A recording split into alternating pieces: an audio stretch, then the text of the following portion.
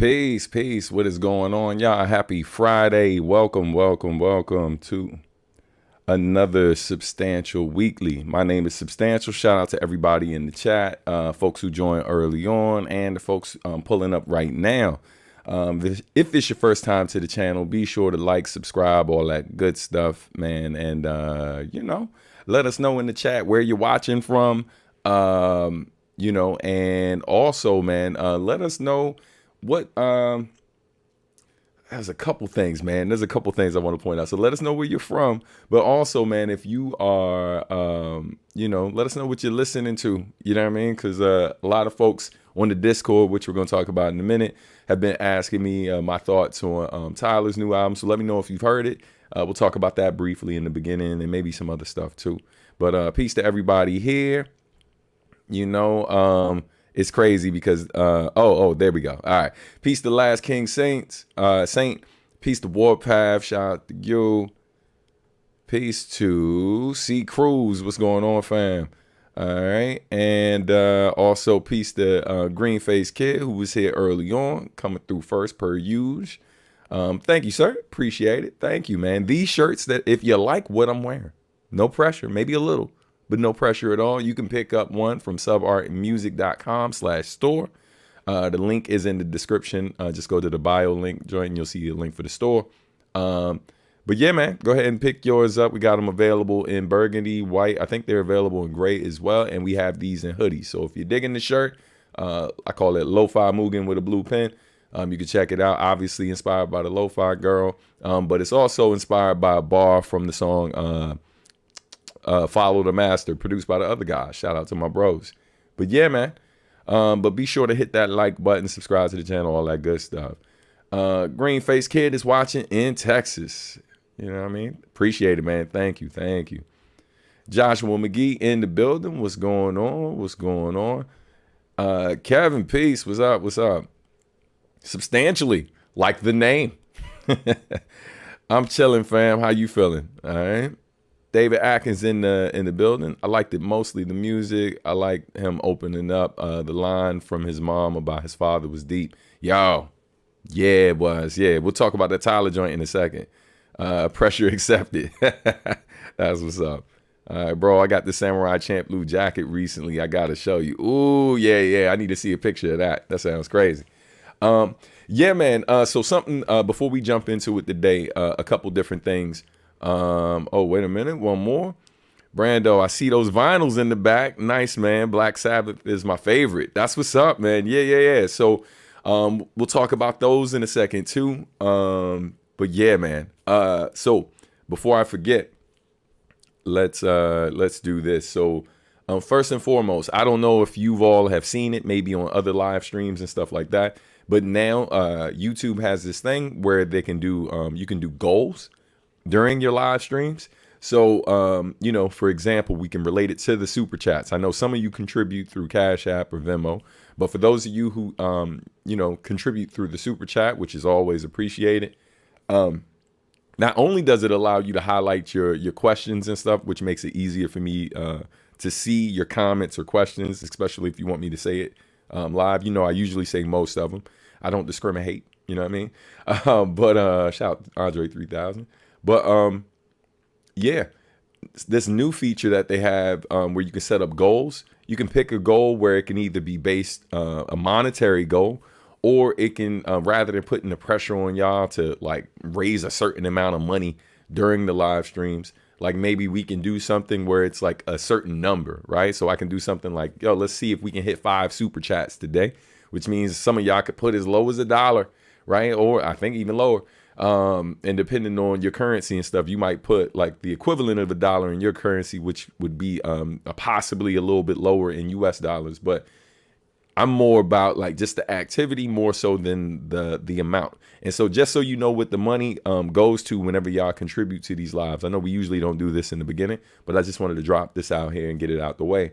But what the money usually goes to, it helps to get some of the equipment that I use to broadcast live. So the more I've done this and the more support I've gotten over time, the more you've seen like upgrades and stuff and how the show runs. For example, the technology that I use, I spend several $100s a year or whatever just for the just for StreamYard. But then there's the mic stands, there's the mic itself, there's the board, all of these different things. And also, what I've been starting to do a little bit more of is like more organic promotion, basically organic ways to boost some of the videos, so that way we can reach more people and expand the supporters of the world. You know what I mean? So, yeah, those are the, some details for you. But just to let you know, the goal I've picked right now is 5 super chats. And then let's see. We're going to set the timer for 2 hours because, I'm doing a lyric breakdown. So we usually go a bit longer when that happens. Now, my question for you is, if we hit 5 super chats, how should we celebrate? All right. So y'all let me know. If we hit 5 super chats, how should we celebrate? So y'all can make some recommendations in the comments. Once I get those recommendations, I'll go ahead and plug that in. And then that will go live. All right. Now let's get back to the chat, and then we're jumping to these other things. Hey, my man Joshua wasted no time. He was like, I don't even know what the goal is, son, but here.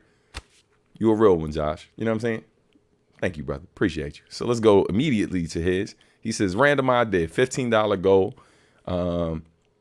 Make it subspits a freestyle at the end. Woo! Also, I just got hit by an ad. Yeah. Because it's set up to monetize live. I'm trying to do a better job of just monetizing the videos that I can. And sometimes what happens in the lives, especially with, I think, this one, because I'm going to be breaking down Kenichiro Nishihara's song, more than likely they're going to demonetize this video after. So any money that's going to be earned from this video is pretty much going to be coming from the super chats and whatever ads run prior to me playing it. So I'm sorry in advance for that. If that's something we don't love, I can make sure that y'all don't get hit with ads during the live anymore, going forward. But, they're introducing all these new tools. I'm just testing them out, see what's going on. All right. Josh, I appreciate you, brother. Thank you. Oh, we got to clap it up for that, too. Hold on. You know what I mean? Staying rocking the Mugen shirt reminds me that I should wear my Mugen hoodie more often on weekends. There you go. You know what I mean? Do a backflip, and that will be the last live stream. You know what I mean? Like, I do that, there will be no more live streams because I'm gonna be hospitalized. You know what I mean? Your boy might be paralyzed, from the neck down. We don't need that. You know what I mean? So no backflips, unfortunately. I'm sorry, man. Y'all coming through already. I'm gonna go ahead and just pick the freestyle joint. We could do that. You know what I mean? Let's say so. Substantial will freestyle at the end of the live. And the wild thing is, we're already, and what'd you say? You said how much? You put an amount on it. I was trying to do the number of. I think what we're gonna do, we're gonna meet in the middle. So I like the freestyle idea, but I'm gonna set it at instead of an amount, I'm gonna set it just at 5 super chats. All right. If that's cool. Hold on. There we go. All right. Start goal now. All right, cool. Now, I know it currently says 0. We ain't going to sweat that. We know that y'all technically already did it. Did 2 of them. So, yeah. Here we go. So we will say that once 3 more come in, then I got you on the freestyle joint. All right. Oh, man. Look at y'all. Y'all ain't wasting no time. Damn. Happy Mochi. Hey, hold up. We got a celeb in the building. You know what I mean? And hey, once again, sis, thank you so much. For those who don't know, Happy Mochi is responsible for getting our our Discord server up and running. I say our because a lot of y'all are using it even more than me, and that's just amazing, man. So thank y'all. But yeah, she says, Blessed Friday, fam. We're coming up on the end of the year. Do you have any plans for the holidays? Yes. My plans for the holidays. First part is to go back to Japan to go see Marcus D. Go see my nephew, go see his wife Yukari.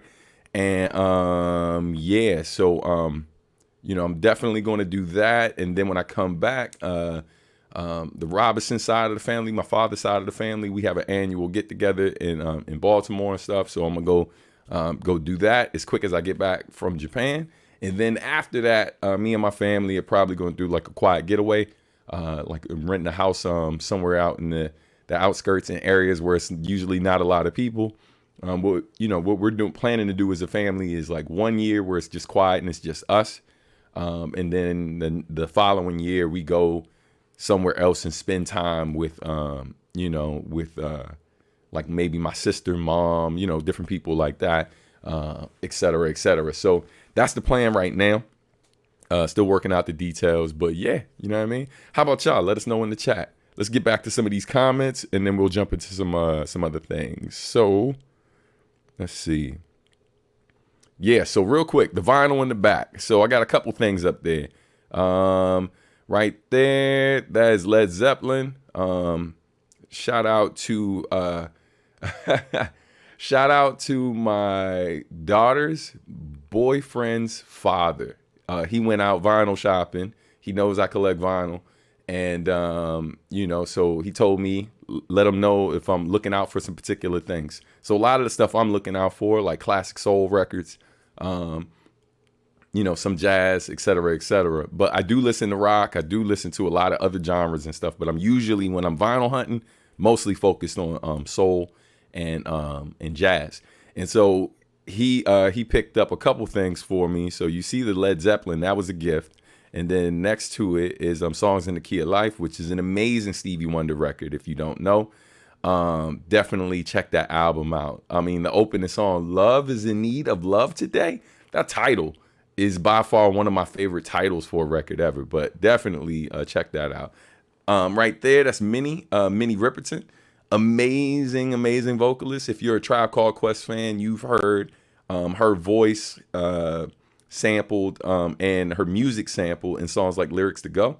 And most people know the song Loving You is Easy 'Cause You're Beautiful. Now, this is not the album with that song on it, but this album has the song Memory Lane. Back down memory lane. Classic joint.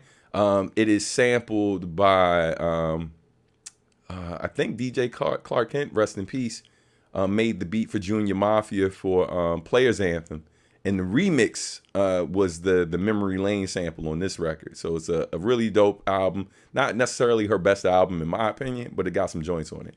And then right there, man, listen, y'all already know how I feel about Prince. And if you don't know, you're about to find out. Super Prince fan. Super duper Prince fan.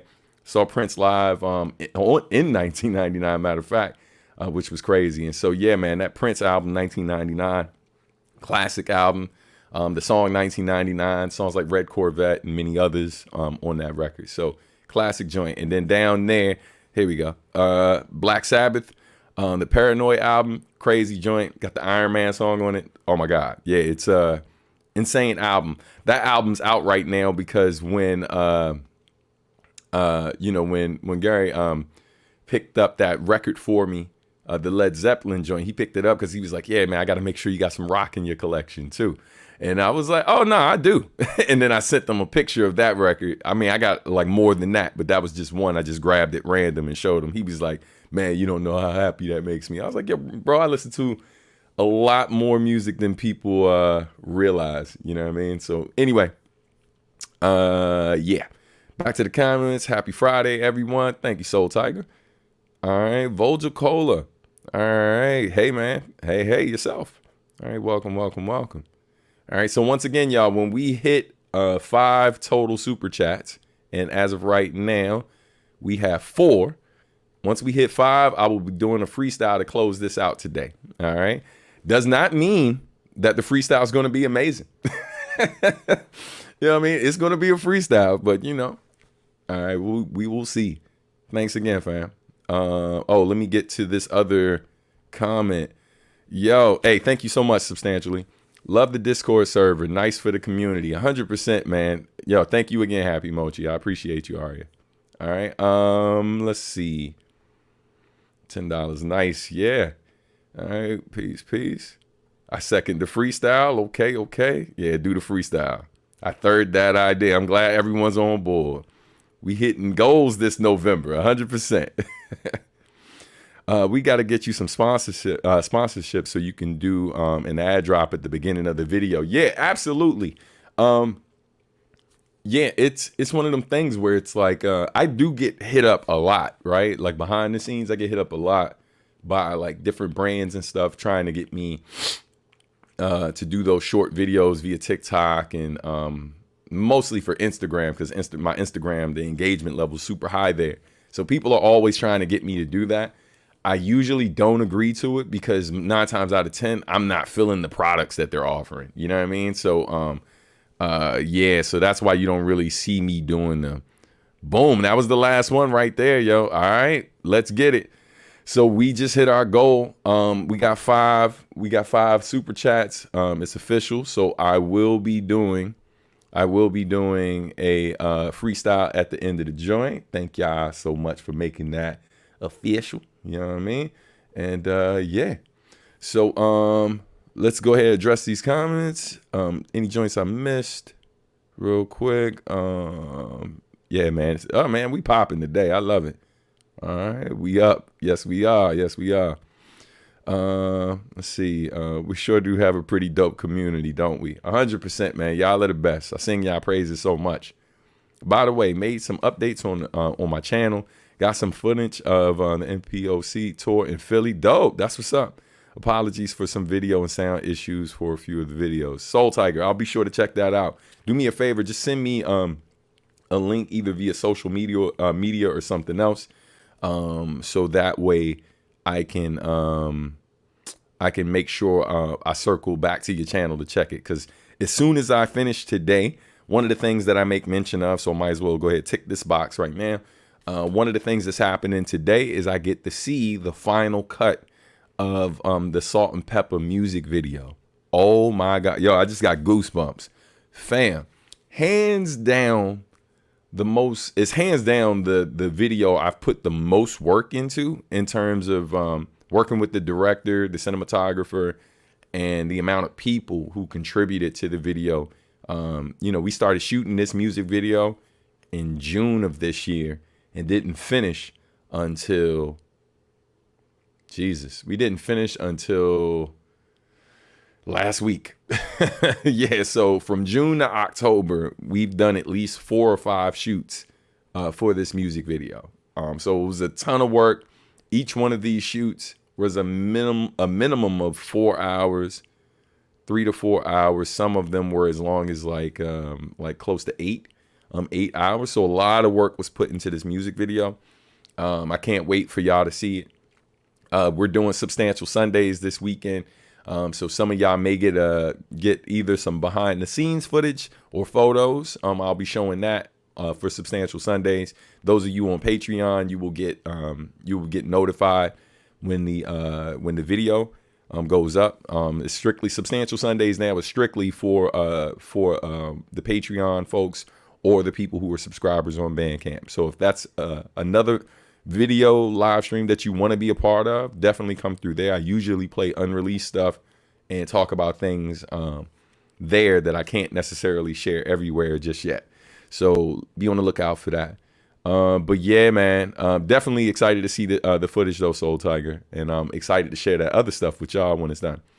All right. Damn, y'all were quick with it. Wasted no time, man. Y'all are the best. Ladies and gentlemen, boys and girls, though, real quick, shout out to Stephanie Gale, my sister from another mister. Always happy to see you up in here, sis. All right. Hey, do you like MF Doom? I am. I do like Doom. I'm not a super Doom fan. I don't want to pretend to be like the level of fan that I know some people are. I do not love everything that Doom does. But like Doom's dope, you know what I mean? His beat selection a lot of times I dig. And of course, like the bars are crazy, but like, you know, I'm nitpicky with the stuff I dig. So it's like, I don't love everything that Doom does, but I'm definitely a fan of a lot of it. All right. Yes, that Stevie Wonder album is beautiful. It is, man. It's a great record. 21 folks here with only 11 likes. Come on, chat. That, man, see, Joshua, thank you. Hey, listen, for those of you who always feel like, man, you know, Substantial, what he's doing is cool. I like what he does. I just wish he had more support. One of the best ways that you can help ensure that the stuff becomes more visible and reaches more people is simply by hitting the like button, is simply by like engaging in the chat or leaving a comment. Because a lot of people come through quietly, see the thing, and then don't say anything or don't engage with it at all.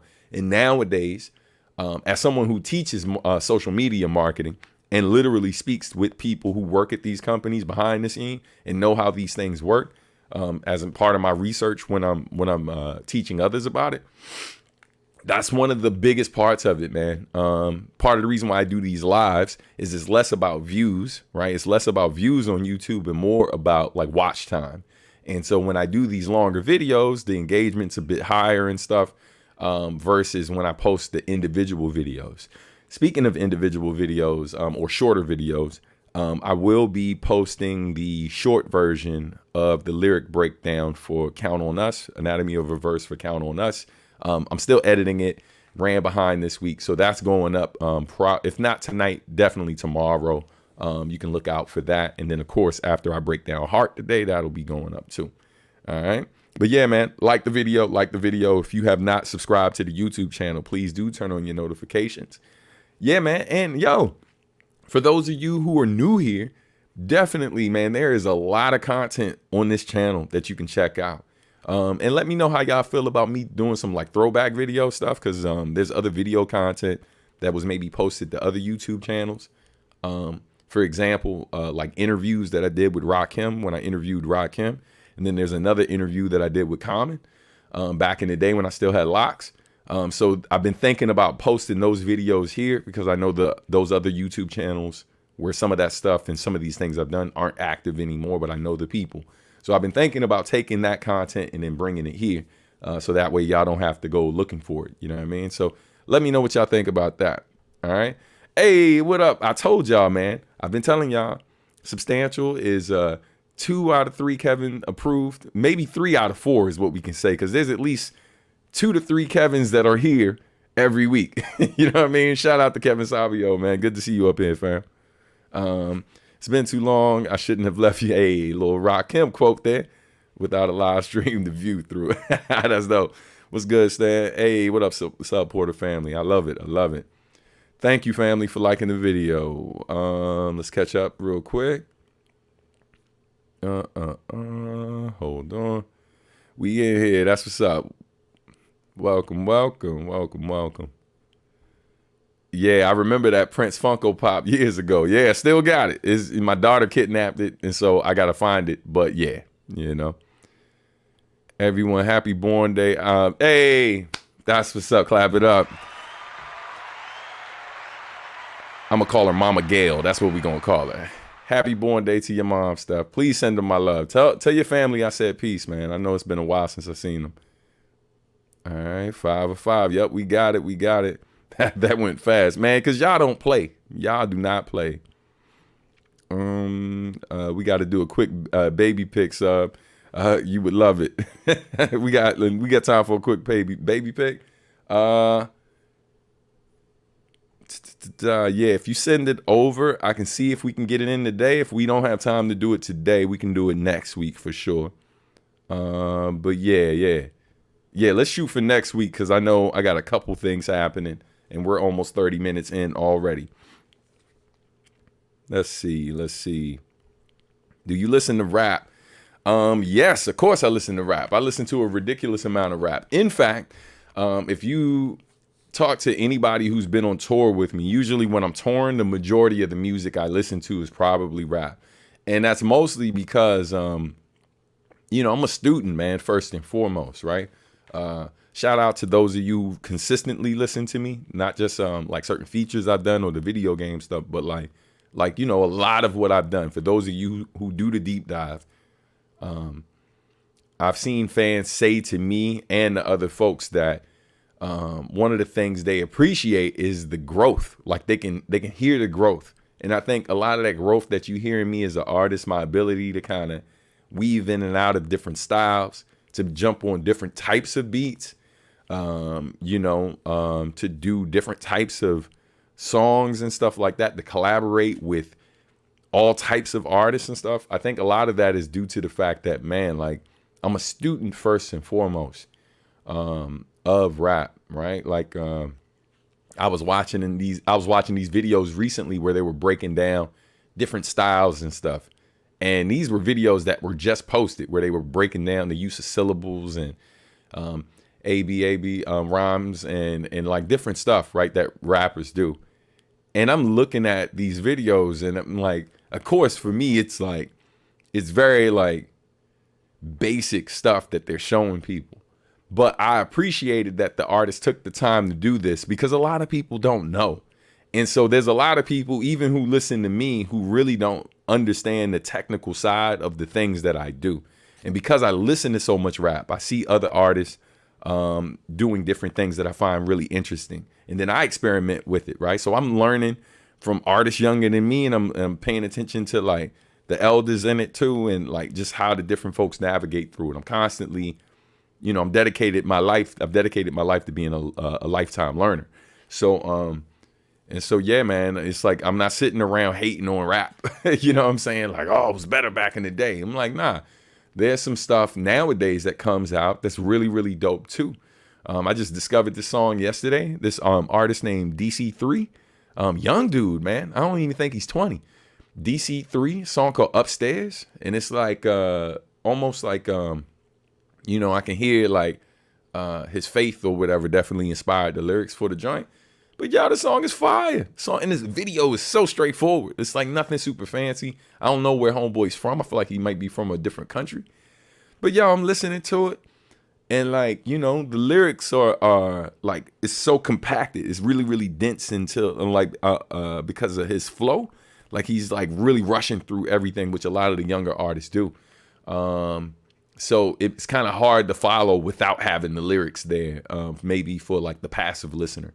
But then the chorus comes in and I was just like, oh, no, bro, you're a good songwriter. Like the verses were solid. But then that chorus comes in and the melody of it, how it works instantly. This is why we call the hook, right? Because it hooks you. It locks you in.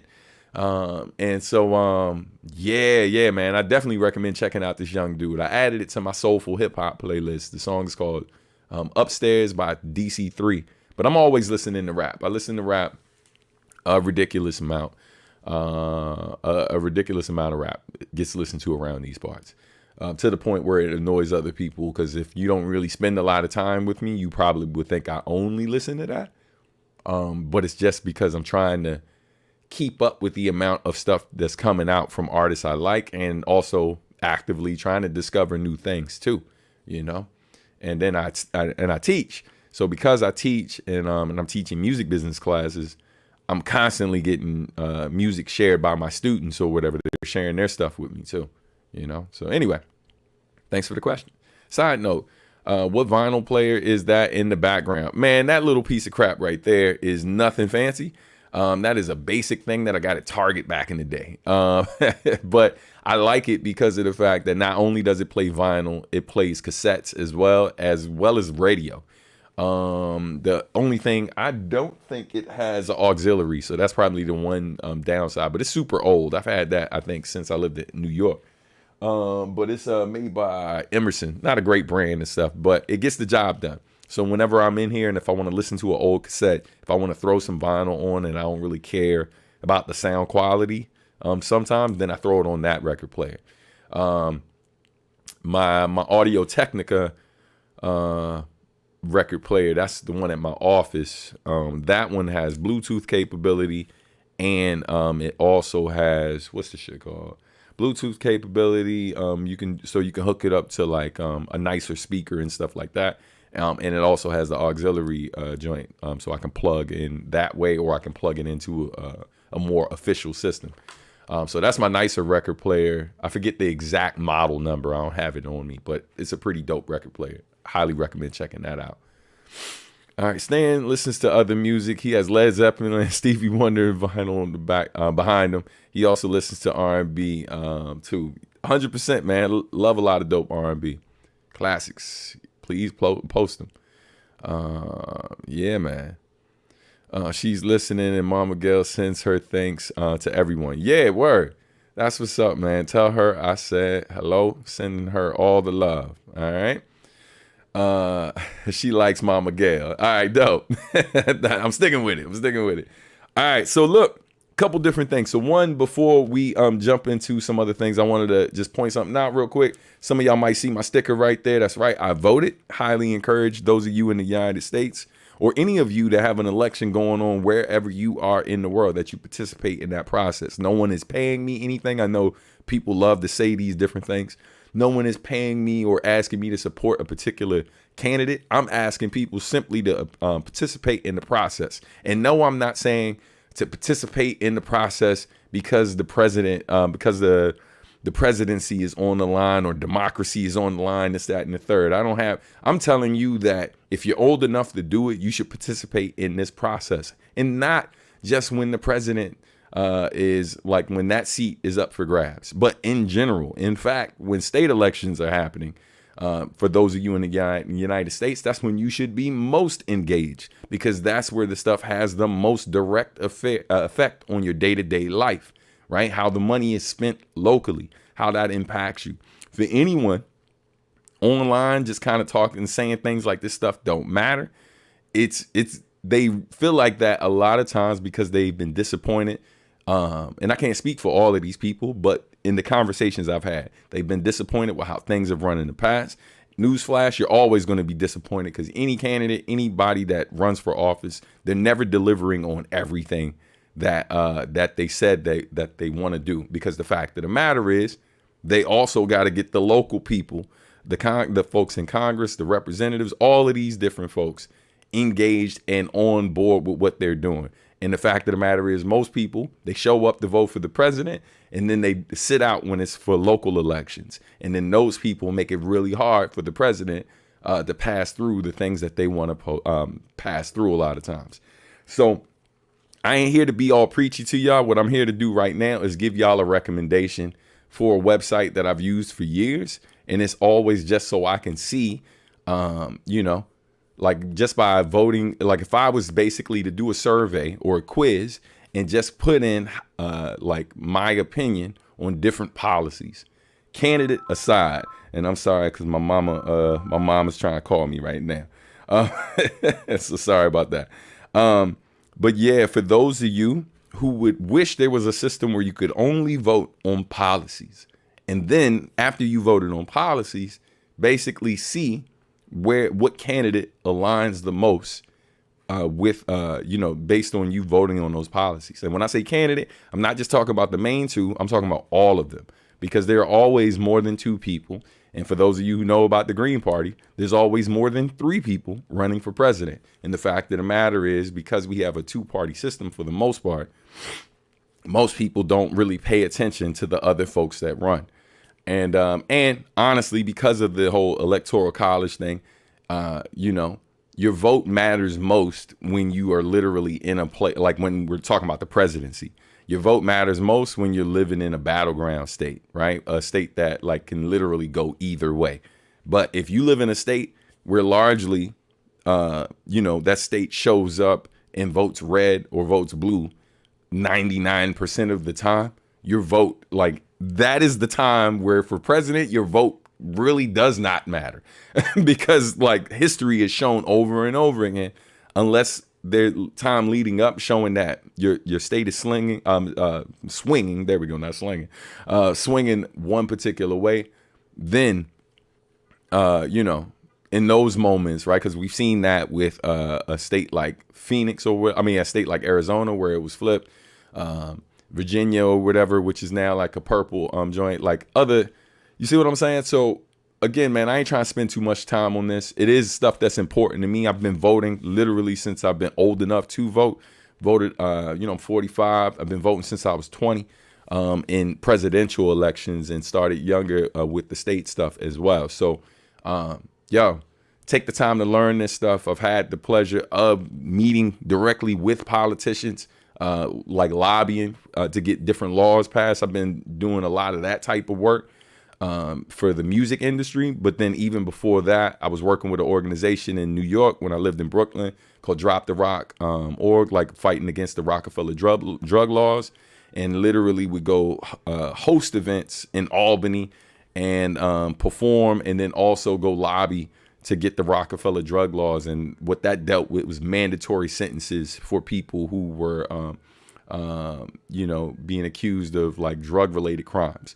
And so, yeah, man. Anyway, I know this is not what y'all came here for, but if you came here for me, this is a part of me. So I definitely wanted to make sure I say something. I don't really be going super hard online, like telling everybody what to do and how to live their lives. I'm a person who leads by example. I just go do my thing. And then when people ask, and sometimes when people don't, sorry, they're coming to get me. See what happens? I change the subject matter of the show, and then the feds show up to try to. No, I'm playing. But yeah, man, sorry about the background noise. Anyway, let's share this link with y'all. Check it out when you get a chance. Boom. This website's called isidewith.org. I'm going to just show you what it looks like real quick, and I highly recommend that, you just take a look at it. It'll give you a different look of how, how you can gather information about how to vote and all that good stuff. For those of you interested, and again, I ain't here to pressure you to do anything you don't want to do. But as an educator, a person who's worked in education for a long time, I'd be remiss if I didn't tell you something. So yeah, man, this is what the website looks like. It's called isidewith.org. You can go to the very bottom and read this line, which is important. It's the world's most popular voting guide for citizens to find information about elections, political parties, candidates, voting districts, and popular political issues in their country. We are independent and not affiliated with any investors, shareholders, political parties, or interest groups, right? So again, no matter where you are in the world, you can use this. And obviously you can switch up the languages, all that good stuff. Choose your country, let them know where you are, and it has information on it. And then what you could do is you simply go here, click take the quiz, and then you fill out all this information based on elections in your particular area. And then when you're done, it calculates that information. And the part that I really, really like, what it ultimately does is show you what percentage of the time you agree with every candidate. So for those of you who are like, I hate this one candidate, not I don't like them or I don't trust them. Some people literally use that word, like they hate some of these other candidates, right? And I think hate or like distrust is such a strong word, because when you say that, a lot of times people act like there is no way they can come to the table with this person and they don't agree with them on anything. And what I like about this site is when it shows those percentages, it shows you what percentage of the time that you agree with those people, even the ones you don't like or the ones you think shouldn't be in the running at all. So it's important to know that, because while we out here on our boogeyman shit and trying to make every candidate that's not our candidate look like a villain, and some of them actually are based on whatever, while we're doing that, it's important to know like what percentage of the time you agree with them and what you disagree with them on, because then it allows you to consider other things like who's best going to represent your interests, but also who's going to be the best representative to us, to the world. Because if you're a person like me who travels and you go out in the world, you go to different countries, who's in office here affects how people treat you sometimes when you show up in different places. You know what I'm saying? I've seen it. I've been sitting at a pub in so many different places in the world, and I don't even bring up politics, but people will see what's going on here, and then they'll be talking me up for like 30 to 40 minutes about it. So definitely check it out, man. I'm gonna stop there because I know a lot of y'all is like, I did not come here for this substantial. But like I said, if you came here for me, this is a part of who I am. It's stuff I care about. All right. On that note, check out the website when you get a chance. If not, no love lost. On that note, let's get into some other things. So, start up here. Boom. All right. Ladies and gentlemen, boys and girls, we are officially at 122 members on Discord. Y'all are dope. I love y'all. I appreciate y'all. Thank you. Yeah, man, we're going to keep it going. Keep that energy up, man. It's been crazy the amount of support we've been getting over there. Shout out to Happy Mochi, aka Aria, for again helping to set this up. The community's been growing so fast. The engagement has been dope over there. Love y'all for it, man. Real quick, let's go to the comments. What do you think about the song Dance with the Devil?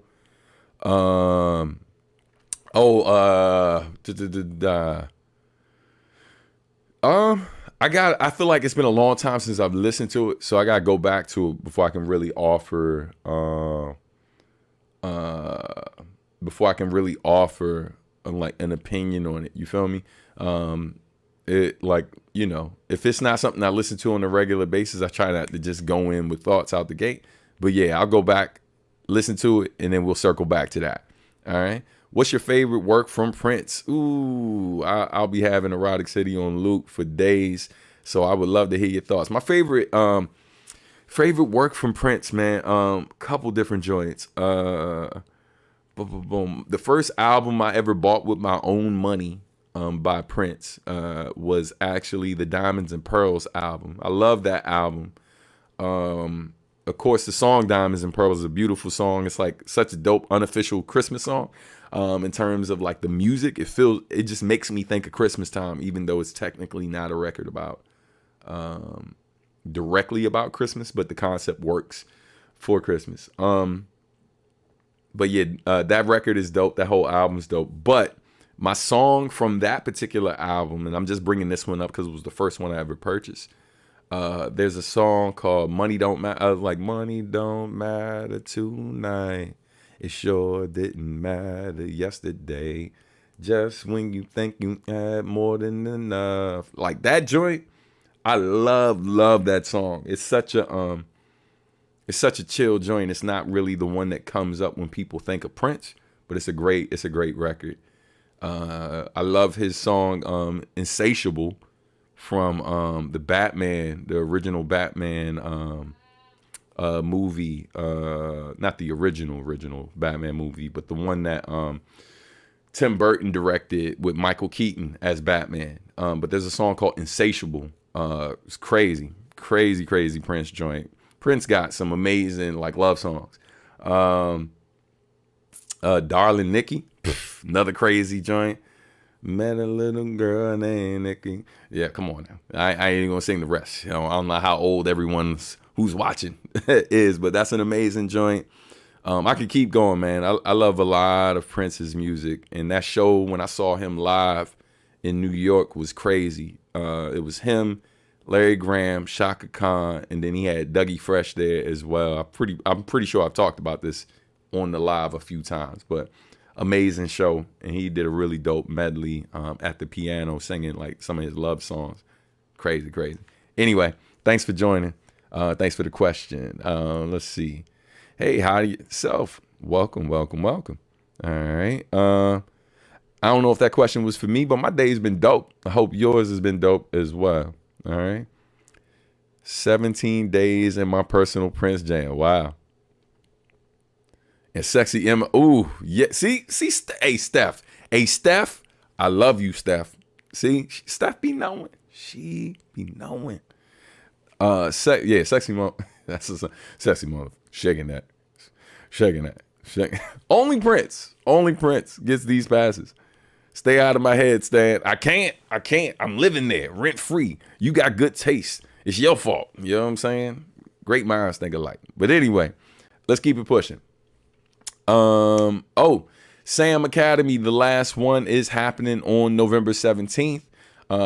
If you haven't signed up for it already, you can sign up to join us in person. Steph, if you're around, if you're available, on that's next Thursday, you should come through Crescendo for the session. It's going to be great information. We're going to be talking about grant resources, both locally and nationally, different grant opportunities available, and also teaching artist positions for those of you who are looking for that type of thing as well. We also offer classes online. So if you're up and coming artist and need some great info, or if you're a veteran artist, been doing it a while, but you're just looking for different types of opportunities that exist. Because when I say teaching artists, I'm not just talking about, teaching private lessons on or offline, because that's some of the different things you could do.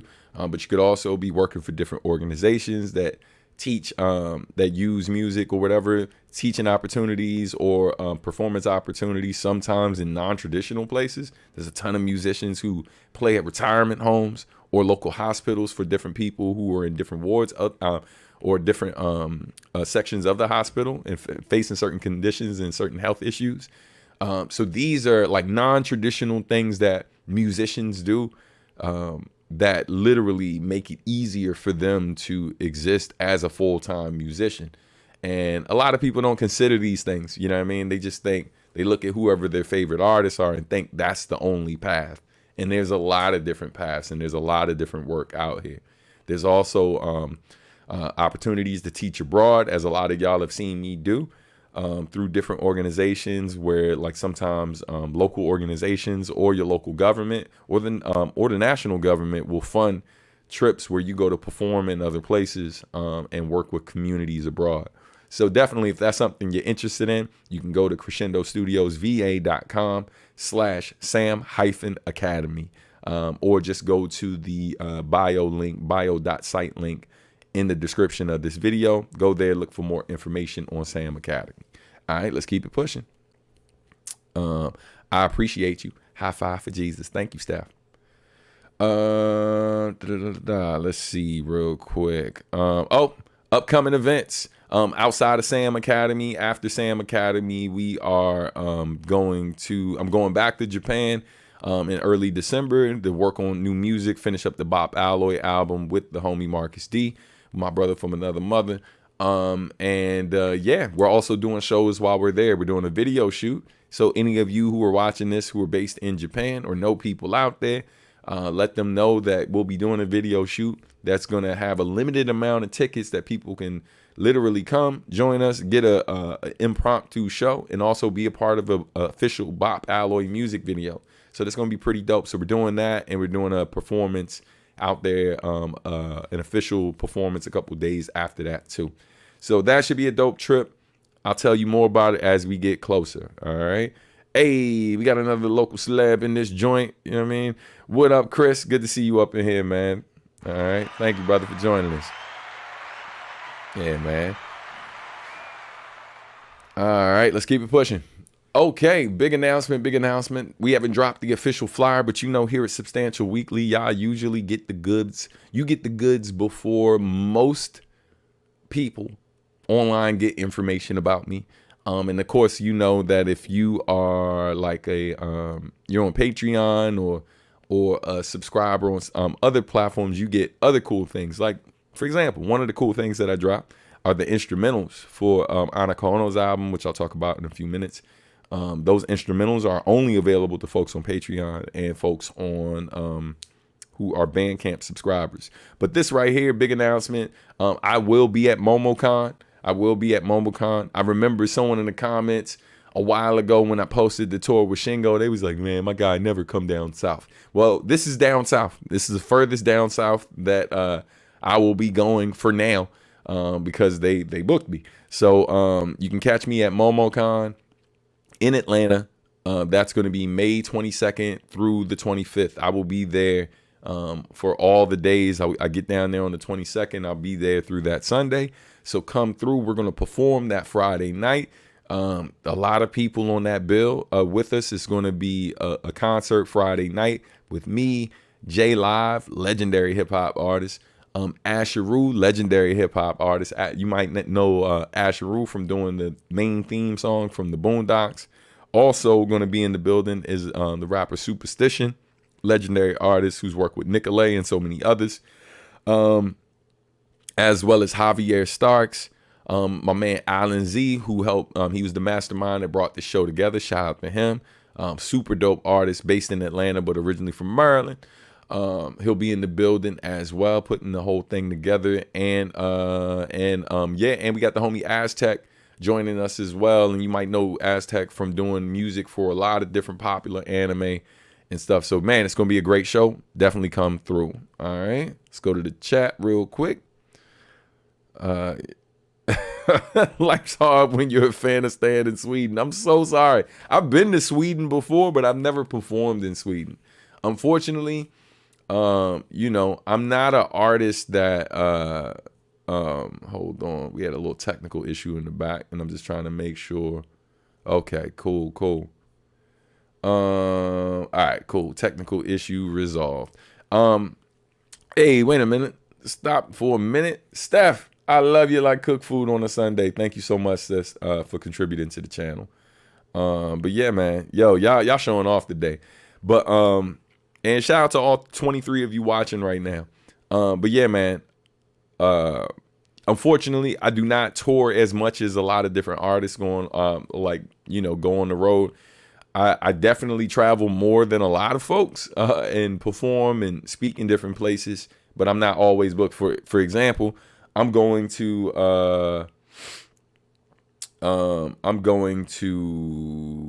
LA. I'll be in LA in 2 weeks. I'll be in LA.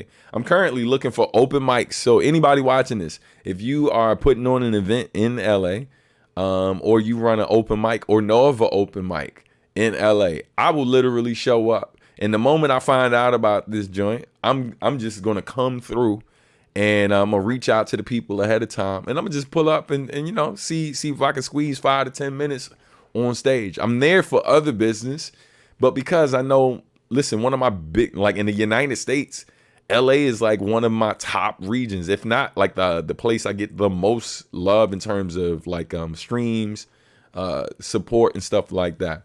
But promoters there just, it's always a struggle to get a show booked in LA, which is crazy because I usually do some of my best shows have been in LA. But a lot of times I got to book it myself or do non-traditional things. So this thing that I'm doing, I'm out there to shoot a music video, and it came together kind of last minute. So it wasn't enough time to get the show booked, but I'm like, hey man, I'm gonna be there. I know I got a lot of fans there. If there's a local spot I could pull up to and maybe just kind of do some special guest stuff real quick, I ain't even looking to get paid. I'm just like, hey man, I'm already out there. I might as well just show up to do something for the fans. So once again, if you're at LA, let me know. Let me know if you know about some spots or know some people who might be doing stuff. This is going to be the weekend of November, I think 15th. I'll be there the 15th and the 16th, but I literally leave late the 16th. So whatever I'm doing is probably going to be either late Friday or early Saturday. So I'll keep y'all posted if something work out. But yeah, I'm sorry to those of you who are in places that I rarely ever go, or have never been. It's not due to lack of effort. I just need y'all to know that. I'm just not someone who's kind of in a position to tour all the time. And when I am looking to tour, not every place that I reach out to is always able to make it happen based on what my needs are. So, it is what it is. But hey, man, I'll keep you posted. Okie doke. You're a real one. I'll see you there. All right. Hold on. Let me go. I missed a couple. I am going to have to come down to MomoCon with that lineup. There you go, sis. Hey, it would be dope to see you there. Definitely be great to have you down that joint. It's going to be dope. Already sending info to my folks down at ATL. My man, appreciate you. How's Wealth? Was listening to Love 101 instrumental the other day. I was just talking to nephew on TikTok. I'm probably going to give him a call today or tomorrow just to catch up. Yo, he's good, man. For those who don't know, Wealth is an artist that I produced a whole EP for, and I dropped the instrumentals for that. He's also my nephew. And yo, fun fact, like since then, he still does music, but it's not his main thing. He started a video editing company or video production company, and he's been doing a lot of different like professional video work for local dance troupes, for like local lawyers and other types of businesses. And so he's doing that, supporting his family and stuff, raising his kids and taking, spending time with his wife and taking care of his family, man. I'm super proud of him. So shout out to Wealth. Definitely got to check in, But last we spoke, man, he's doing his thing. Hey, go ahead, disregard that little top chat thing. We technically hit it. We passed the goal. I mean, listen, I ain't gonna stop you from supporting if you wanna basically keep it going. But yeah, we did officially hit our goal because y'all had already donated like 3 times before I even was able to start it. So next time, I think we'll keep with the freestyle thing for the next one we do too. But yeah, anyway, thank y'all. We definitely hit the goal. Let's go to the next comment. What dates are you looking? LA. Don't think I won't make it happen somehow. Yeah, I'm gonna be in LA. I'm gonna be in LA November 14th and 15th. It's super last minute. I'm really just there to shoot a music video. But while I'm there, I'm just trying to do an impromptu show. Like, you know, again, it ain't got to be a whole setup. It ain't really got to be all about me. I'm just trying to find somewhere locally that got a stage and a mic that already got an event coming on, and I can just pop up and do something real quick. Just something, just to show love to the fans, man. Again, you know, I'm sure if it's a smaller event, they'd be appreciative. I think they'd be appreciative. Can't talk. They would be appreciative of the additional promotion. You know what I mean? And I know that some of my fans, if I post about it in time, with at least 2 weeks notice, or like, because we're exactly 2 weeks away from that day, or at least a week, some of my fans will pop up. I know that for sure. We did a show one time in LA, didn't get it booked until 3.5 weeks out. 150 plus people showed up. The venue was going crazy. They were like, yo, Wednesdays are never this crazy. And what was wild is, again, this has just been the constant struggle with LA. We tried to book some other stuff there later on, and it was just always a headache. Every time we reached out, man, like just months of dragging their feet. They saw what we were able to do with only 3.5 weeks worth of time, and just the amount of people that showed up for the show. It was crazy. It was really, really crazy. But you know, LA going LA. All right. Still would love more shows in the North Sub. Yeah, I would love to come back to Chicago. Was in talks with Shingo about doing more of that tour with him. It just didn't pan out. It wasn't because of me, and it wasn't Shingo and stuff, or any of the performers. It's just like the other stuff behind the scenes in terms of what they were trying to figure out. It just didn't pan out. But I just want y'all to know, as fans of me, it wasn't due to lack of effort on my part. This was one of those times where I was like, hey man, I can do damn near this whole tour with you based on when it's going to be, with the exception of, like, I think it was like a week I couldn't do, or like not even a week. Yeah, no, it was a week I couldn't do because I was going to be in Morocco. But other than that, I was down to do like 4 of the 5 weeks or that they were on tour. You know what I mean? But, you know, didn't pan out. But yeah, man, if anything pops up, you know, I'm going to let y'all know. Crushed OT so fast, so fast, YouTube can't keep up. 100%. All right, let's keep it pushing. All right. Yeah. Just a friendly reminder, if y'all have not listened to the album yet, that you definitely need to check it out. I'm going to give you a link right now and then hit you with a little fun fact related to this album on hopefully what, you know, this time next week could potentially be a big announcement. So if you have not heard this album yet, you can listen here. This album's called To Make an Island of a Street Corner. It's produced mostly by me. There's only 2 tracks on here where I was not the lead producer on it, but even on those tracks, I co-produced it. But yeah, man, it's by Ana Caona Rocio Milagro. Highly recommend you check it out. This is not a rap album. It's a spoken word album. And so, you know, some of the production has a hip hop feel. Some of it's a little different. But yeah, man, it's produced by yours truly. Super proud of this record. To quote some of my other music friends, they feel like it's some of my best work in terms of production. So I highly recommend you check it out. If you're one of the few people here who are still sleeping and has not hit play, just give it a shot. The poetry on it is super powerful. Ana Caona has an amazing story, and a lot of her poems on this project are, you know, these are factual things. These are things she actually lived through in a lot of cases. So highly recommend you giving it a listen. It's a powerful, powerful piece of work. Was talking to her earlier this week about Adultish 2.0. And so there's a track on Adultish 2.0 because we're close to being done with that. I got, I think, the last remix this week by AJ Rios. Oh, my God. And it's fire. He remixed Your Man, though. So I just got that from him this week. If you tune in to Substantial Sundays, for those of you on Patreon, which is going to happen this Sunday, I'll be posting the link either tonight or tomorrow on Patreon and in Bandcamp. If you tune in, you'll be hearing that in advance before everybody else gets to hear it. But it's super dope. But yeah, man, highly recommend you check this album out if you have not already. All right. Let's see. Okay, it's about that time to break down the verse. But let me Boom, boom, boom, boom, boom, boom, boom. I'm debating right now whether or not to do the freestyle before this, right? Like whether or not we should do the freestyle joint before, or we could do it. I was saying we could save it to the end. But since we already hit the goal, if y'all want, we could jump into it now. You know what I mean? And then kind of go from there. Let's hold on. Was a great album, and was so was that episode she was featured on. Yeah, man. Shout out to her. Shout out to Anaconda.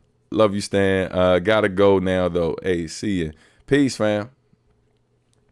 Anaconda Rocio Milagro is dope, and no one will be disappointed giving this album a listen. Look, I should switch it up. Boom, just so that's on the screen. Not right there. You know what I mean? Yeah, man. Definitely check out the record if you haven't. Lunch Lady Jackie is fire. Shout out to AJ Rios who produced that. Yeah, man. It's a really, really dope track. And yeah. Still doing questions? Absolutely. All right. Absolutely. So let's keep it pushing because no one has commented about the freestyle yet, so I'll probably just go ahead and save that for later so we can keep things going. Let me bring something up over here.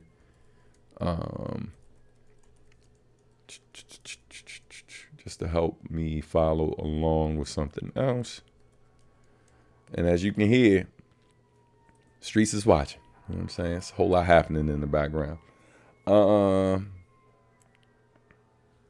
right, cool. Got it up there. Dope.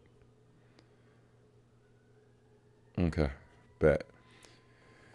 All right, so we're going to play, we're going to get ready to jump into this joint. We're going to do Heart, Anatomy of a Verse breakdown real quick. We're going to do a quick check on the sound just to make sure this is coming through for y'all. Avoid the headache from last time. Hold on, my youth. All on. Boom. Already got it queued. There we go. So let's check. All right. I'm about to play it. Y'all let me know if it's coming through loud and clear. All right. Yep. Wrong track.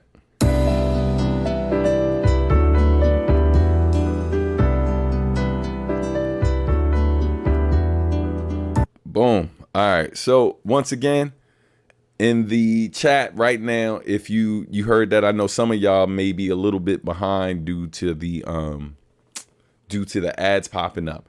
But for those of y'all who are caught up, just let me know because we're getting ready to start Anatomy of the Verse. Let me know if that music came through good for y'all. Once that's confirmed, I will get started. You know what I mean? And man, again, man, shout out to y'all for contributing via the super chat today. Greatly appreciated. Again, it helps me like keep everything running over here, and helps me pay for different tools and stuff I use to do this. So it's not like I could really be doing this at a super basic level, just putting my phone up and holding it and walking around the room as I talk to y'all. But because of y'all contributions, I've been able to really grow this and do it in a more professional way. All right, cool. Music came through loud and clear. Awesome sauce. All right, so let's go ahead and get into it. I'm gonna switch this up right now. Boom, boom. All right.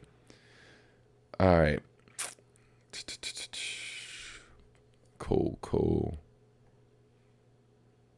Oh man. Real quick, just going back to Delirium, going back to Anaconda's project. Those songs, man, definitely some great ones. Super appreciate you for highlighting that to Okie Doke. Thank you, Soul Tiger. Appreciate it. All right, y'all. At this time is we're gonna get ready to get started. Me throw this graphic up here and then get this other thing up in a second.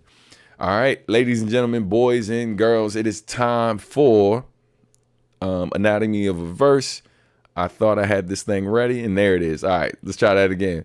Peace, world. Thank you for tuning in. It is about that time for Anatomy of a Verse. All right, thank you for tuning in, y'all. It is time to break down another verse. This time we're breaking down 2 verses actually, though. We're gonna jump into this song.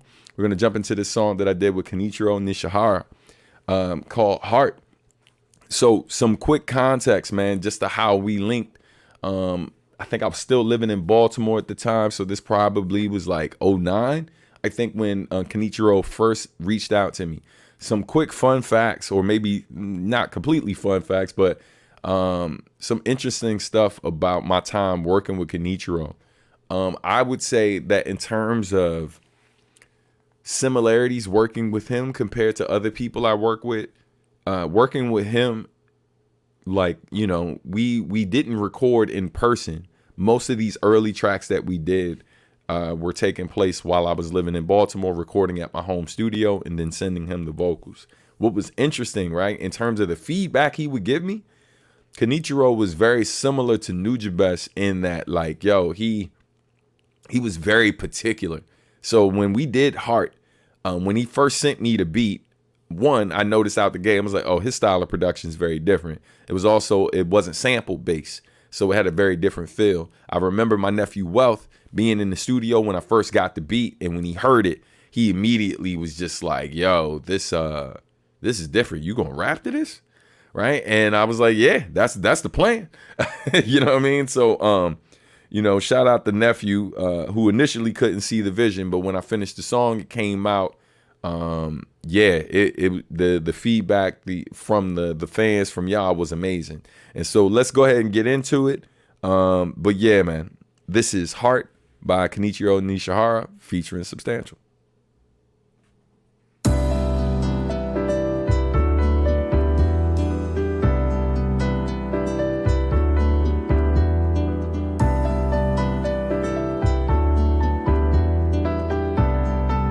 Peace world.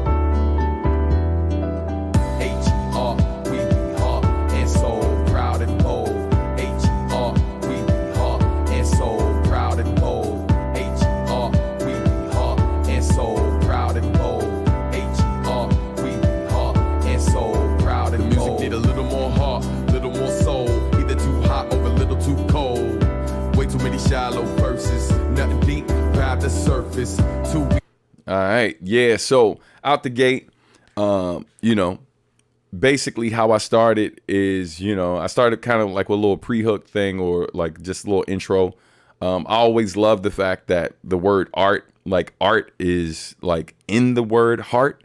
And you know, when I was writing this, like, one of the things I thought about out the gate when I heard the beat, whatever, I was like, yo, this is beautiful. I feel like there's a lot of heart and soul in this. I know this isn't what the traditional hip hop beat sounds like, but there's something special about this. And it's gonna, in the heart that I hear in this beat, it's gonna take a bit of heart for me as a hip hop artist, especially as someone with my background in battle rap and this, that, and the third, to jump out here and do a song like this. Because while I know that the audience and the fans have loved these type of joints from me, my peer group, right, like behind the scenes, not all of my peers are into this vibe of you know, of hip hop, you know what I mean? So especially those who kind of came up in the era I came up in, this is a different direction.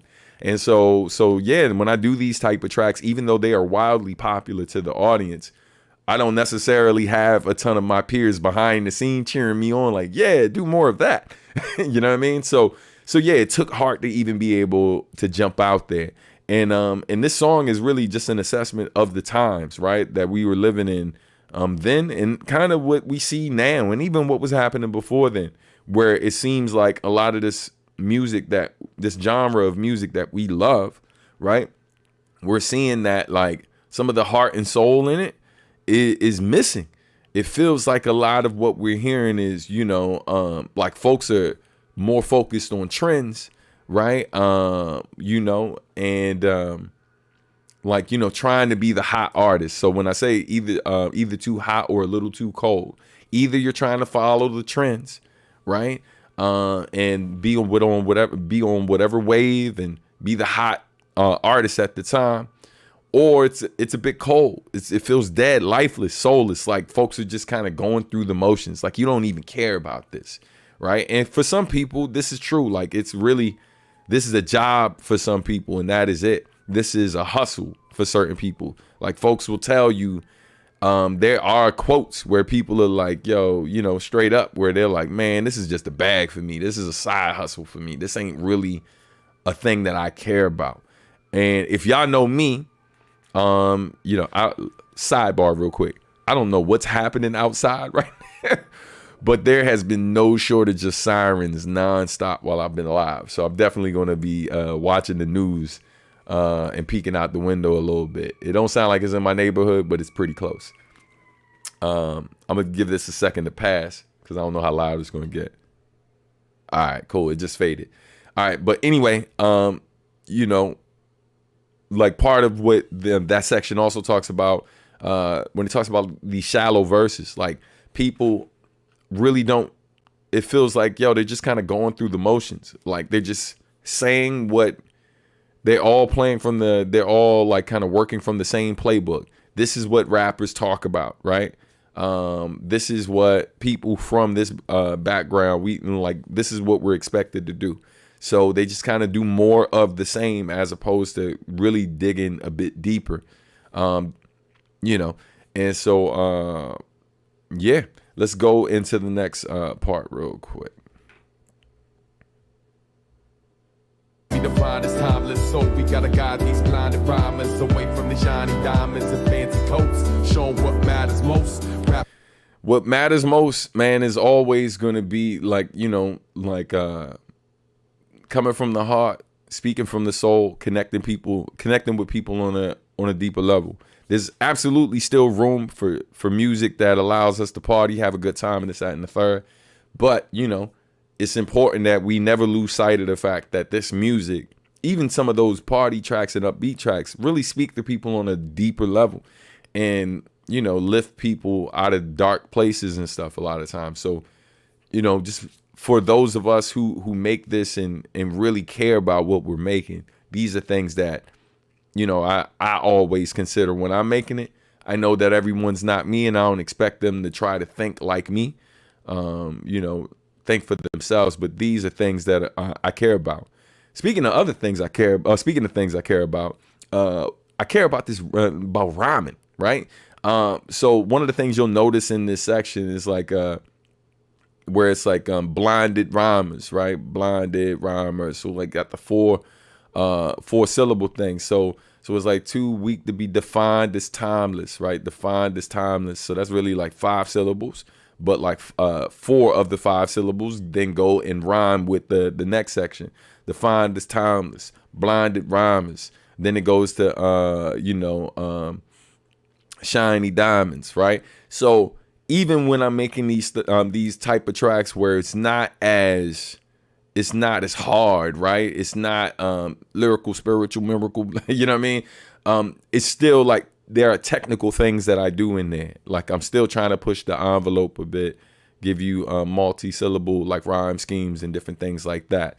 You know, even if there aren't a bunch of entendres and more complicated things, I'm still finding other technical things to, you know, one, appease myself. Like just, I really love writing. So do this in ways that is maybe a bit more, a bit more interesting to me. So it's like, I'm never just kind of, half-assing my way through it, I guess. You know what I mean? So anyway, let's keep it going. Oh, and just to break down that part, what I'm saying, right?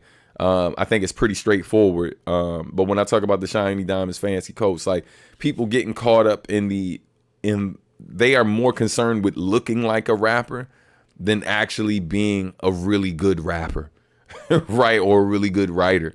Like the uniform of what a rapper looks like has become more important to some people than the actual art that they are responsible for making.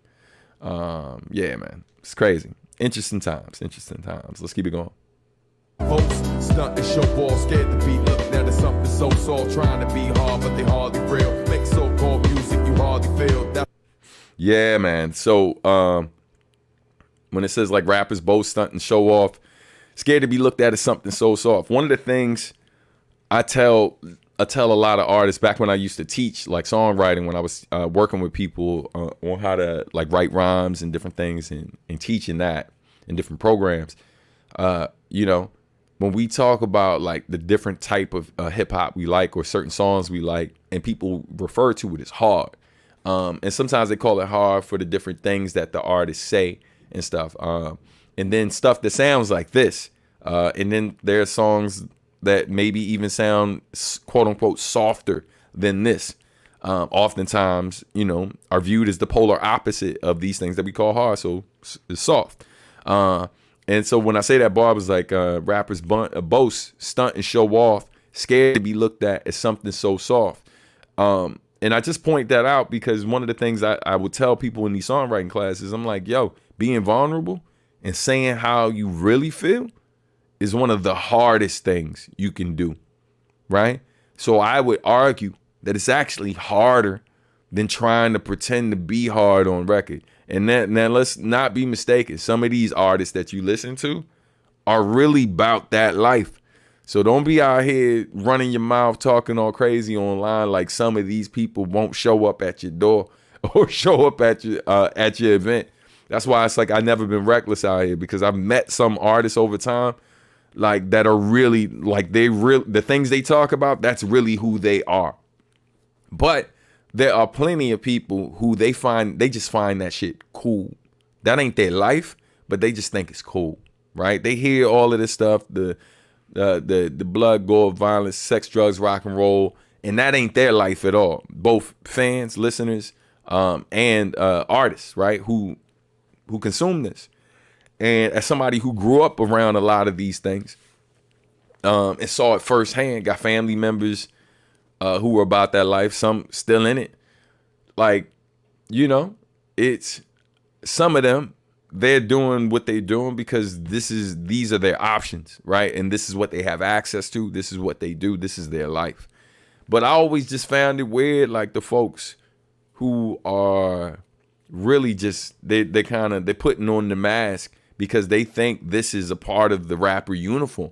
This is the type of rap that they think most people want to hear. So they're just pretending to be this. They're pretending to be harder than they really are.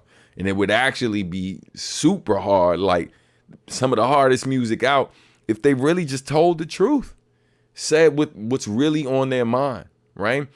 And then sometimes saying what's on your mind doesn't mean sharing the same things we've already heard, but kind of diving into these places that a lot of artists in this particular lane don't like to, you know, it's untouched like territory, right? Like it, you know, so I find it interesting to explore that world, you know what I mean? And what's interesting too is, quiet as kept, is how many of these like harder artists or whatever have come to me and said straight up, like, yo, man, I don't know how you do it, bro. Like the fact that you talked about that, the fact that you talked about like witnessing or being a victim of sexual abuse, like talked about like these different types of things in some of the songs I wrote. They was like, yo, I don't know how you, like, yo, that, yeah, bro, like that's powerful, man. I couldn't be me though. You know what I mean? Like these are real conversations I've had with people when I put certain joints in. I remember another song I did that was really kind of poking fun at like the homophobia in rap, which, you know, keeping it a buck. Like I'm guilty of having punchlines like that early in my career too. Hell, might be some stuff that like I've said in recent years that I don't necessarily see it as that, but you know, time will tell, right? Like, because there's something that you say that you believe is perfectly harmless right now that like context can change. Concepts like context evolve sometimes in terms of how other people contextualize it versus what you actually meant. But like, man, I think of like some of these joints, and you know, man, like it's just crazy. I feel like I'm getting off track, so I'm gonna wrap this point up. But it's just crazy, like how like folks are unwilling to kind of explore certain things. So quick sidebar, just a cap on the story I was about to tell. So there's a song I did. This is a real song. If you've never heard it from me, it's called "Our Love Song's Gay." Right? It's a real song I did during my Q&5 days. Shout out to Tone Deaf who produced it. And that song, literally, it's called that because when I was asked to be a part of this Valentine's themed project that they were doing, my man was joking with me. He was like, "Yo, whatever you do, don't do a love song." You know what I mean? He was like, "I know it's a Valentine's Day joke." I was like, "Right." And then he was like, "Yeah, but we need to be creative on how we gonna do these songs. So don't do just a traditional love song. Love song's gay." That's what he said straight up. He's like, "Man, love songs are gay." And I was just like, "Wait, hold up." It's like, did you just say love songs are gay? I was like, so if I do a song, if I'm like, regardless to who I love, but I'm a heterosexual male. I was like, so me doing a song about my girl is gay. I know slang, people were using gay for whack all the time. But again, this kind of dives into this deeper issue with like rappers scared to be soft, scared to be looked at as something so soft, the lyric and heart. But like, so I just was just kind of clowning. We were just clowning each other in that moment. Like he's telling me not to go the traditional route, which is what he pretty much could have said. But but yeah, I was just like, "Yo, that statement you just made is so ridiculous, fam." And then my man says back to me, he was like, "Bro, this is the song. You should write this song. This conversation we're having, that's the song you write." So that's why the song is called "Our Love Songs Are Gay." I was like, "Yo, why come up with some clever title? Just be direct." Right, and just talk about the issue, and and it was wild because I remember when I put that song out.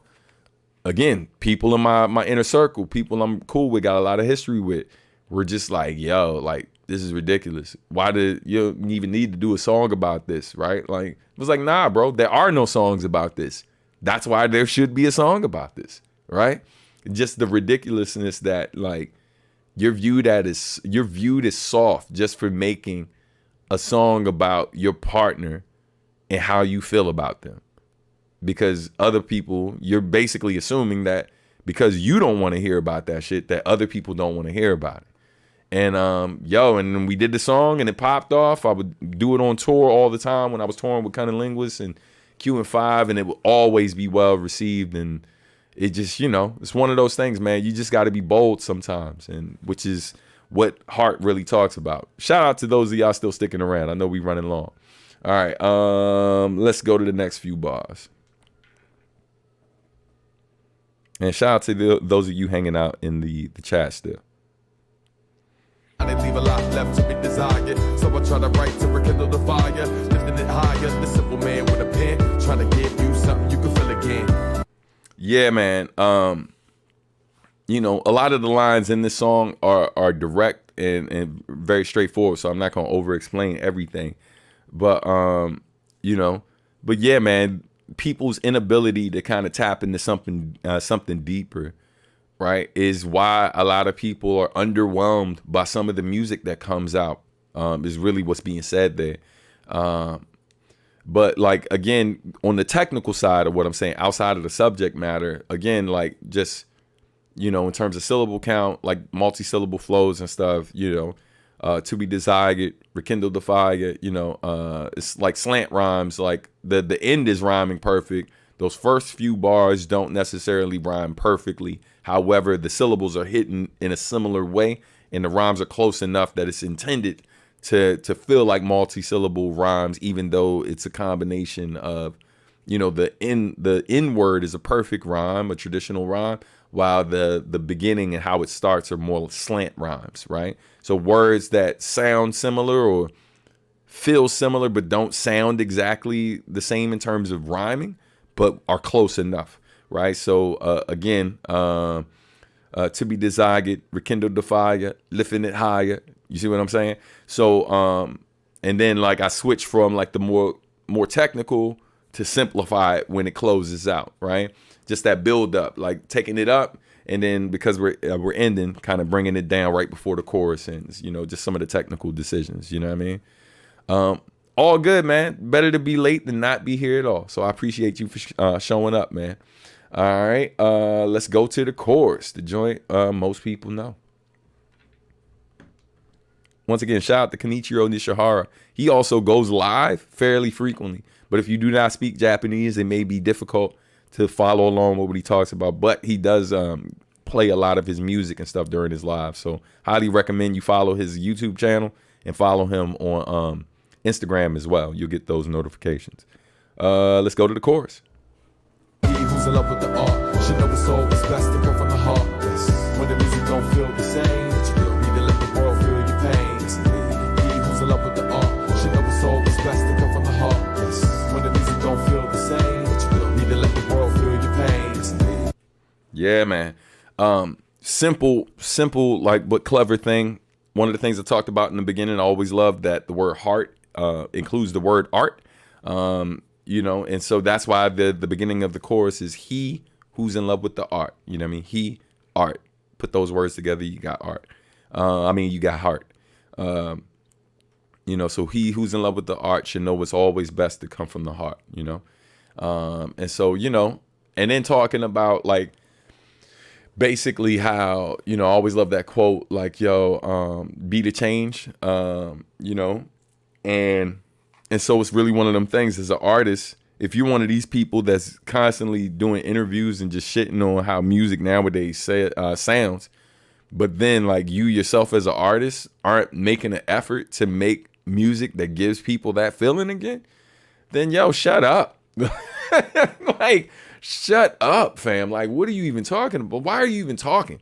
Like, it's ridiculous to me when I hear artists do that, man. Just constantly complain about other not even other artists, but just the state of the music. Just make the thing that you feel like is missing. As simple as that. And so songs like Heart and many other ones that I do that really don't really sound like what other artists are doing, I get why people don't do it, right? Because it's a bit of a risk. You know, you're gonna alienate yourself. A lot of times when you're trying to do something positive or give people an alternative, people look at you as, you know, like you're trying to act holier than thou. When the fact of the matter is, it's just like, I'm really not overthinking at all about what y'all are doing over there. I just, you know, quick observation, because I listen to this stuff all the time. I know that a lot of people don't do this type of vibe. So I'm like, hey, here's an opportunity to do it. I didn't ask for a beat that was this vibe. That's what he gave me. And then I was like, hey, this is the perfect moment to talk about this thing I think about all the time. And so rather than complaining about like the state of the music, I just was like, I just decided to make something that gave people a bit of what was missing, you know, or as Andre 3000 would say, and I'm sure a lot of elders, I feel like I've heard say this, put a little paint where they ain't, you know what I mean? That's all. All right, so let's get into verse 2. All right, and after verse 2, we will end it for today. And they love to hear it, construct the lyrics to touch the spirit. So fresh and inspired the hopeless. Better myself and retire the dopest. Yeah, so yeah, and this is really one of those lines. Some of these bars are really talking about y'all. You know what I mean? When I say, and they love to hear it, they is you. You know what I mean? Shout out to all of you who let me know early in my career that these songs where I dive a bit deeper in the subject matter that maybe other people don't touch on, or it's stuff that people touch on, but it's just like we don't hear a bunch of songs like this. It's like it's more in a different direction. And so yeah, man, just me acknowledging y'all, the listener, the people who have been sending words of encouragement to me over the years, the people who've told me that, yo, you love to hear these type of songs and the impact you know, that it's had. And so that's why I try to so when I know that it's, especially when I realize that, oh, these songs that I'm making that I thought were a good idea to make, even though I didn't see a bunch of examples of people making this type of stuff. Oh, these things are touching your spirit. These things are making you feel something a bit deeper. Yeah, I need to do more of that. And I joke sometimes. I ain't gonna try to sugarcoat it, right? Like, you know, there's a part of me that was doing it mostly because it was, you know, it was just what I felt was something that I should probably try to do.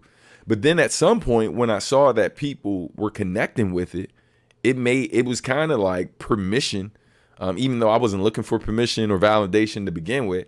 But when I got it, especially when I wasn't looking for it, when I got it, it was like floodgates. It was like, okay, I'm gonna do more of it. You know what I mean? And so I don't just try to overdo it and just really capitalize all the way on it. But yeah, I'm not gonna pretend like it wasn't good for business as well when I realized I was doing something that at that time, a lot of people, I mean, there's a lot more of this type of hip hop now. You know what I mean? But one of the things I take pride in is the fact that, you know, in a lot of ways, artists like me and some of my peers, we help open the doors for more of this type of stuff. So I never abandoned it after introducing it, because that would have been a completely ridiculous thing to do, like both as an artist, but also business wise. The type of thing that you were known for doing now becomes the style, a style that a lot of people are doing, and you're seeing people capitalize on it left and right, and then you just walk away from it and you go try to make something else that ultimately the same thing is going to happen with.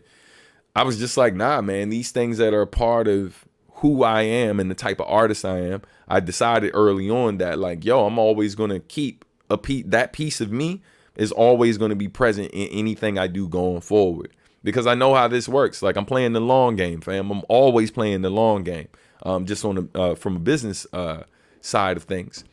You know, the style that I was doing, people were looking at it like a style of hip hop that was on its way out in terms of like the jazz samples and stuff like that. But we know how it works in the industry, right? Every 20, 30 years, these things come back.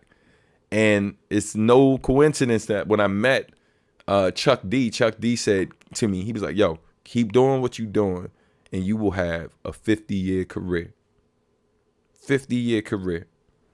And I was just like, whoa. I hadn't even thought to, I mean, of course I say I'm playing the long game, but when I'm saying the long game, I'm thinking 20, 30 years, right? I'm not thinking, and keep in mind, I'm technically at that between 20, 30 years right now.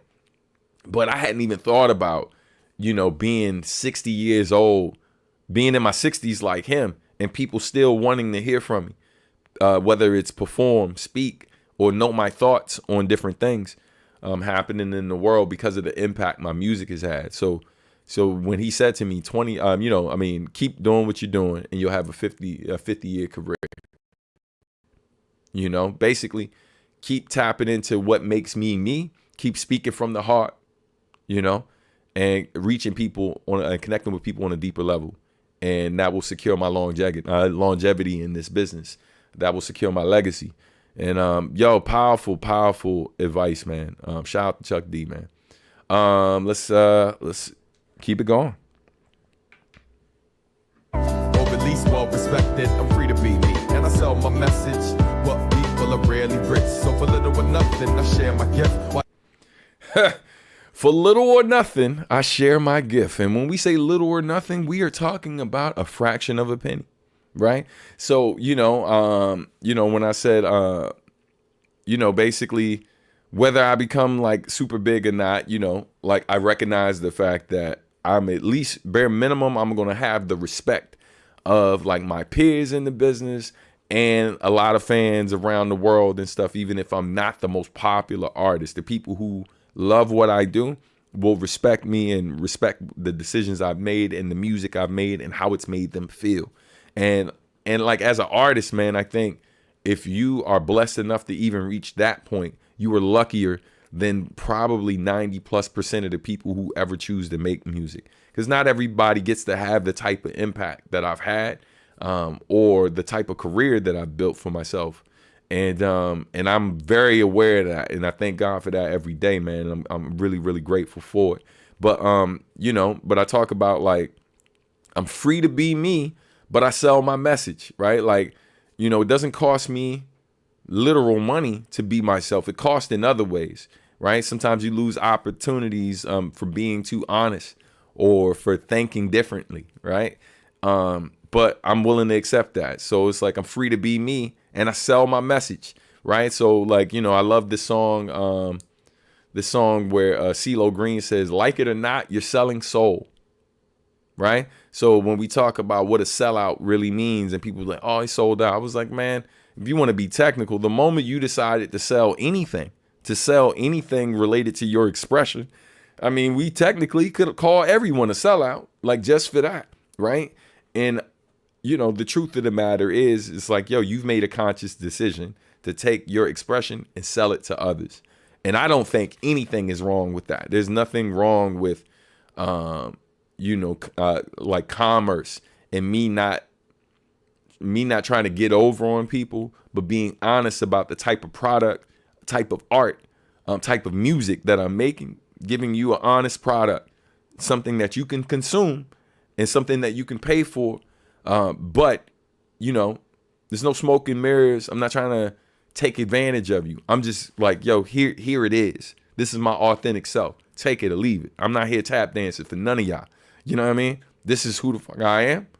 Take it or leave it. And if you choose to purchase it, cool. But I sleep good knowing that, like, yo, it's authentically me. You know what I mean? And so, yeah, man. Let's keep it going. We halfway through the last verse. Vibe to it, stare and drip. In the space, take your mind on a damn trip. To a place music nowadays never ventures. Embrace the experience, let me enter the next adventure. Remains a mystery. Then I paint a picture to stay in your memory. And secure my place in history. In your heart, I stay convinced of me. Man, yeah, man. Again, you know, this song is just really, it's just the overall theme of it is really about just coming from the heart and kind of diving into things that a lot of rappers in particular, and even other types of musicians don't necessarily, like, places they rarely, like, you know, venture, you know what I mean? Yeah, man, I'm forever gonna do my best to really kind of explore these different places it can go, push boundaries, because that's what keeps me motivated, keeps me excited about doing it. Knowing that I'm 45 years old at this point and I still enjoy doing this. I was writing rhymes yesterday and it felt great. Still having moments where I write something and then I just kind of like look around as if, you know, there are people in the room with me. You know what I mean? I'm like, yo, hey, you heard that shit? You know what I mean? Like having those moments, and yo, it's still enjoyable, man. And so I think it's blessed they still feel like that. It's 2024, so 25 years as a professional artist, like still feeling like that is amazing. You know, technically 35 years as a writer, you know, to still feel like that is amazing. And so, you know, when I say the next adventure remains a mystery, like I don't know. I mean, I have some ideas of a few things I want to do next. But you know, in terms of what my next solo album, for a minute when I finished Adultish, I was like, man, if this is it, I'm good. Like, I really was listening to it like, yo, if this was the last album I made, I'm good. Like, I'm super proud of that record.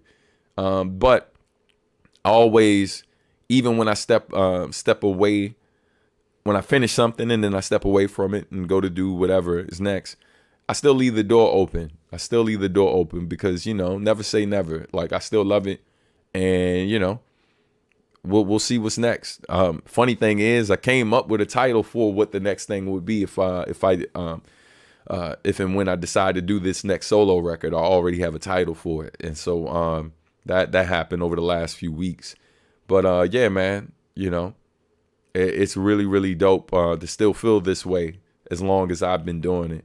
And so, you know, so when I talk about staying in your memory and stuff like that, and securing my place in history, it's really just talking about legacy. You know, one of the real reasons why I do this, like, you know, focused on what type of impact that I can have long term, positive impacts I can have on people's lives, and you know, where you know, and how that will affect my family's view on me, you know what I mean, how they see me, because I'm conscious of these things, and I'm, you know, trying to do good work, not just make a dollar, but like actually have lasting impact on their lives and the other people who I'm blessed to touch.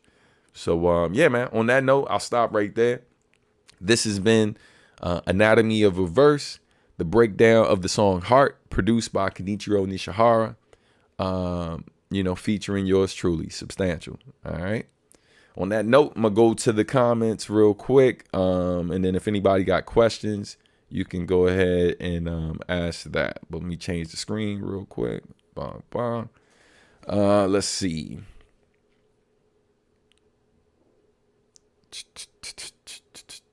And then I got to cue up a beat, something to rhyme to. Let's see. All right. Sal says, amen to that. Make what you love and it all fall into place. 100%, man. 100%. Cool to hear you not only break down the heart, but the story on how it came to be is awesome, man. Thank you, family. Yeah, that's a great recommendation right there for Blank Canvas. Yeah, I really love that joint. Have fun writing that. I have memories of my last house, which was a beautiful studio I built. But before I built that studio, Blank Canvas was the last one I recorded in the upstairs temporary studio until I finished building the basement out. Quick question. Is this like a Big Brother track to Bottom of My Heart? Wow. I'm going to say no only because I never considered that, but damn, that's dope. I feel like the subject matter is similar and both touch on the same points. I love both tracks. Great job. Bravo. Yo, thank you. Appreciate that. But yeah, man, it's crazy. Subconsciously, I guess it is. And it's one of those things that, obviously about it because of the level of support that you've given over the years. So you get access to certain things. But yeah, I know that the public doesn't even know about Bottom of My Heart, which literally the subject matter for those two songs are the exact same. You know what I mean? It's the same thing. So clearly this is something that's been on my mind for years. Bottom of My Heart was recorded in 2001 and Heart wasn't recorded until like 8 years later.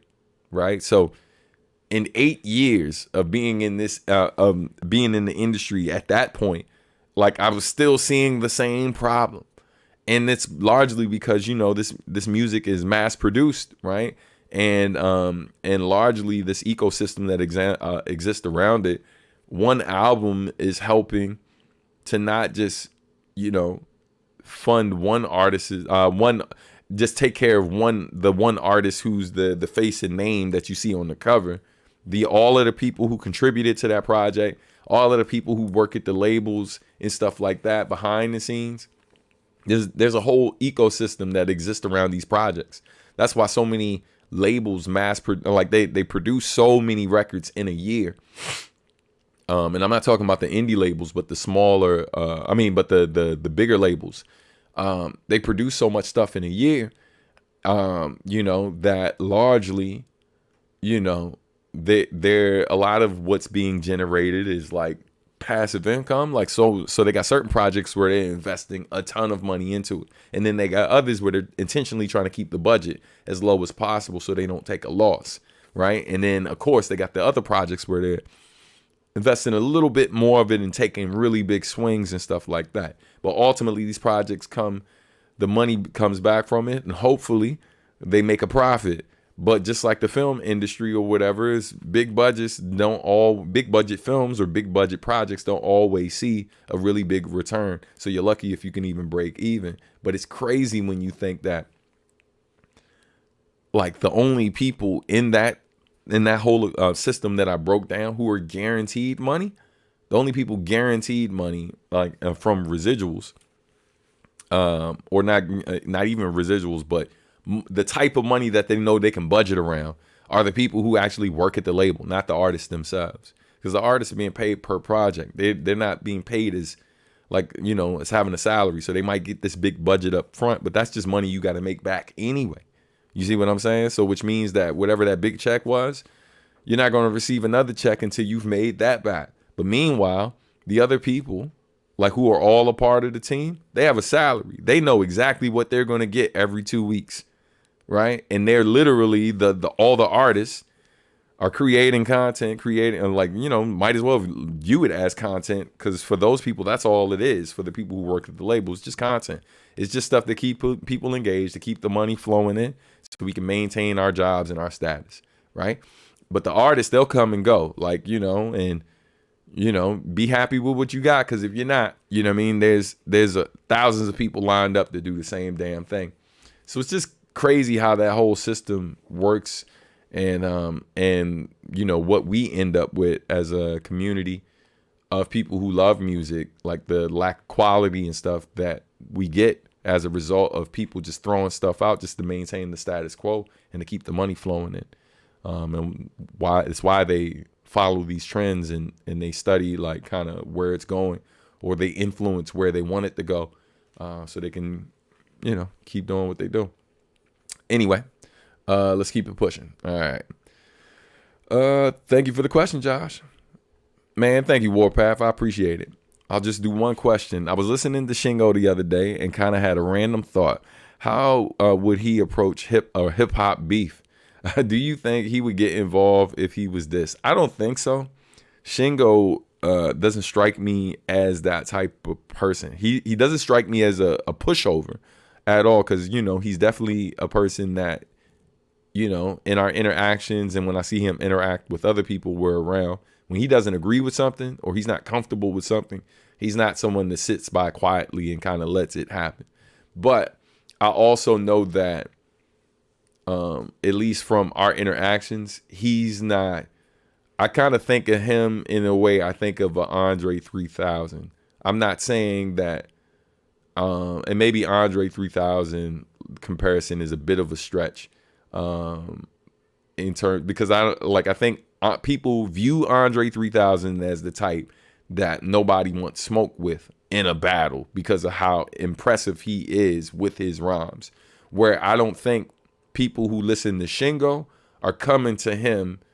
Yes, his music and his rhymes are impressive, but not in the way that they think that he's untouchable. Like if someone came at him, I think they are impressed with what he does because of how deep he goes with it and how much he cares about what he's writing and sharing and the passion that's in it. And then when you see him live and all of that, it really comes through. So I believe I'm not saying Andre doesn't have those same things too, but I think in terms of his delivery and style,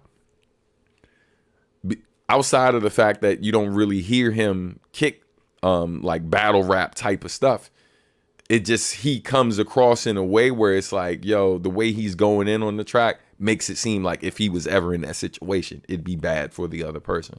So I don't think Shingo would get involved just because of the type of dude he is, where I think in the grand scheme of things, that's not something that's important to him. I think it's probably the best way to explain it. Me, on the other hand, yeah. Yeah, I would. I'm not going to say that, right?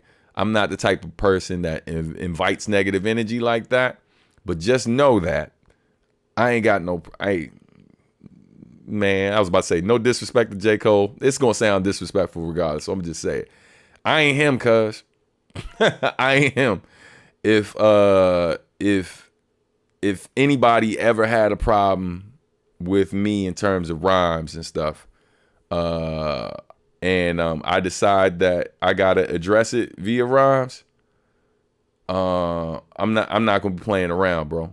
I'm not gonna be playing around, because I know what I can do, and I also know that there's a lot of people out here who don't really know. They don't really know, and I ain't got no problem showing them. It's like, yo, you want to see? All right, so I'm not going to get involved in something that, like, I feel like is going to turn into a real beef where it's going to put people's life in danger and stuff like that. But if we just talking raps, that's all we doing, then yeah, let's do that. Let's do that. I mean, I came up as a battle rapper. I literally used to get in real battles. Used to show up to them. I used to go to perform at spots or be at open mics and then be outside of the joint in the cypher.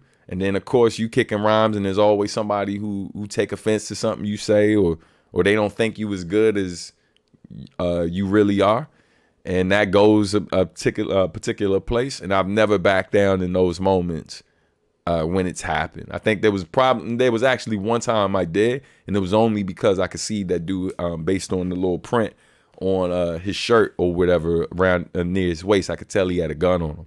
So so I ain't engaged with him because I already knew. I heard him rhyme. I was like, I already know I'm better than this dude. Like, this is light work. But I don't know him personally. And I know how when I go in with the stuff, I'm more of a like a witty, like funny type of dude with the battle stuff. I'm not saying stuff like, yo, man, like, I ain't like going to kick the type of rhymes that you would hear like Prodigy from Mobb Deep say in a joint. He said, what's the joint? He said, come to my crib, you get it for shit. Still be a murder right in front of my kids. A little blood get on my daughter. It's nothing, she'll live. Like, I'm not saying that, bro. I'm not writing those type of rhymes or saying that in a battle, right? Like that, that's a real threat. Now you might be like, oh man, it's just, punchlines. Just like, nah, bro. I'm not saying something like that to people if I ain't about that life. You know what I mean? So I try to make it funny, right? Like I remember getting in a battle with this one brother. He was a couple shades darker than me. Colorism is low hanging fruit. But it was a funny line that came to me, and I just went with it. It was like, yo, like anytime you step, you're getting torn apart. You're so black, I can't tell where your hairline start. I think I said you're so dark, I can't tell where your hairline start. Something like that. You know what I mean? And this was like freestyle. This is high school. But that's always been the type of MC I am. It's more like I treat it like what we call in the DMV, we call it joning. Right, or like some people call it a dozen. So that's how I battle. You know what I mean? So I ain't going back and forth with a dude. Like if every rhyme you kicking is about murder, this, that, and the third.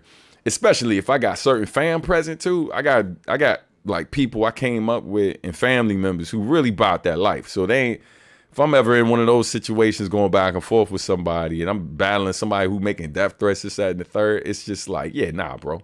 I ain't doing that because there's people around here that they might not know you just rhyming. You know what I'm saying? You ain't got to be worried about me doing certain things. But, so yeah, those are my thoughts on that. Let me keep it pushing because I know we got to wrap up. Get to these questions real quick because I still got to drop a rhyme for y'all and then I got to leave. So let me ask, as an artist and someone who's done this for 20 plus years, has there ever been a time you wanted to quit because of outside forces in life? Yeah, there's definitely moments you got pressure sometimes, for like the everyday things you got to deal with. And this oftentimes having this as a career oftentimes is an inconvenience, outside of the money, right? It's an inconvenience to the other people in my life. There are real moments that I miss. And I've talked about this in the lives and other times before. Like, yo, the importance of when I say I got a show and then asking y'all to come out, I'm like, yo, please come out. Because part of the reason why I don't go out of my way to do a ridiculous amount of touring and stuff like that, because whenever I do that stuff, I'm missing real things happening in my family life. If I tour in December, I'm going to miss like my annual family get together, right? Or I'm gonna miss, if I tour in May and June or whatever, I'm gonna miss somebody graduation, right? And then there's the occasional moment where someone gets sick and passes away and stuff like that, and then I miss the funeral. You know what I mean? Certain things going on with former students of mine. I've missed a ton of important moments while pursuing this. So there are times where that can be really stressful, and I can have really uncomfortable conversations.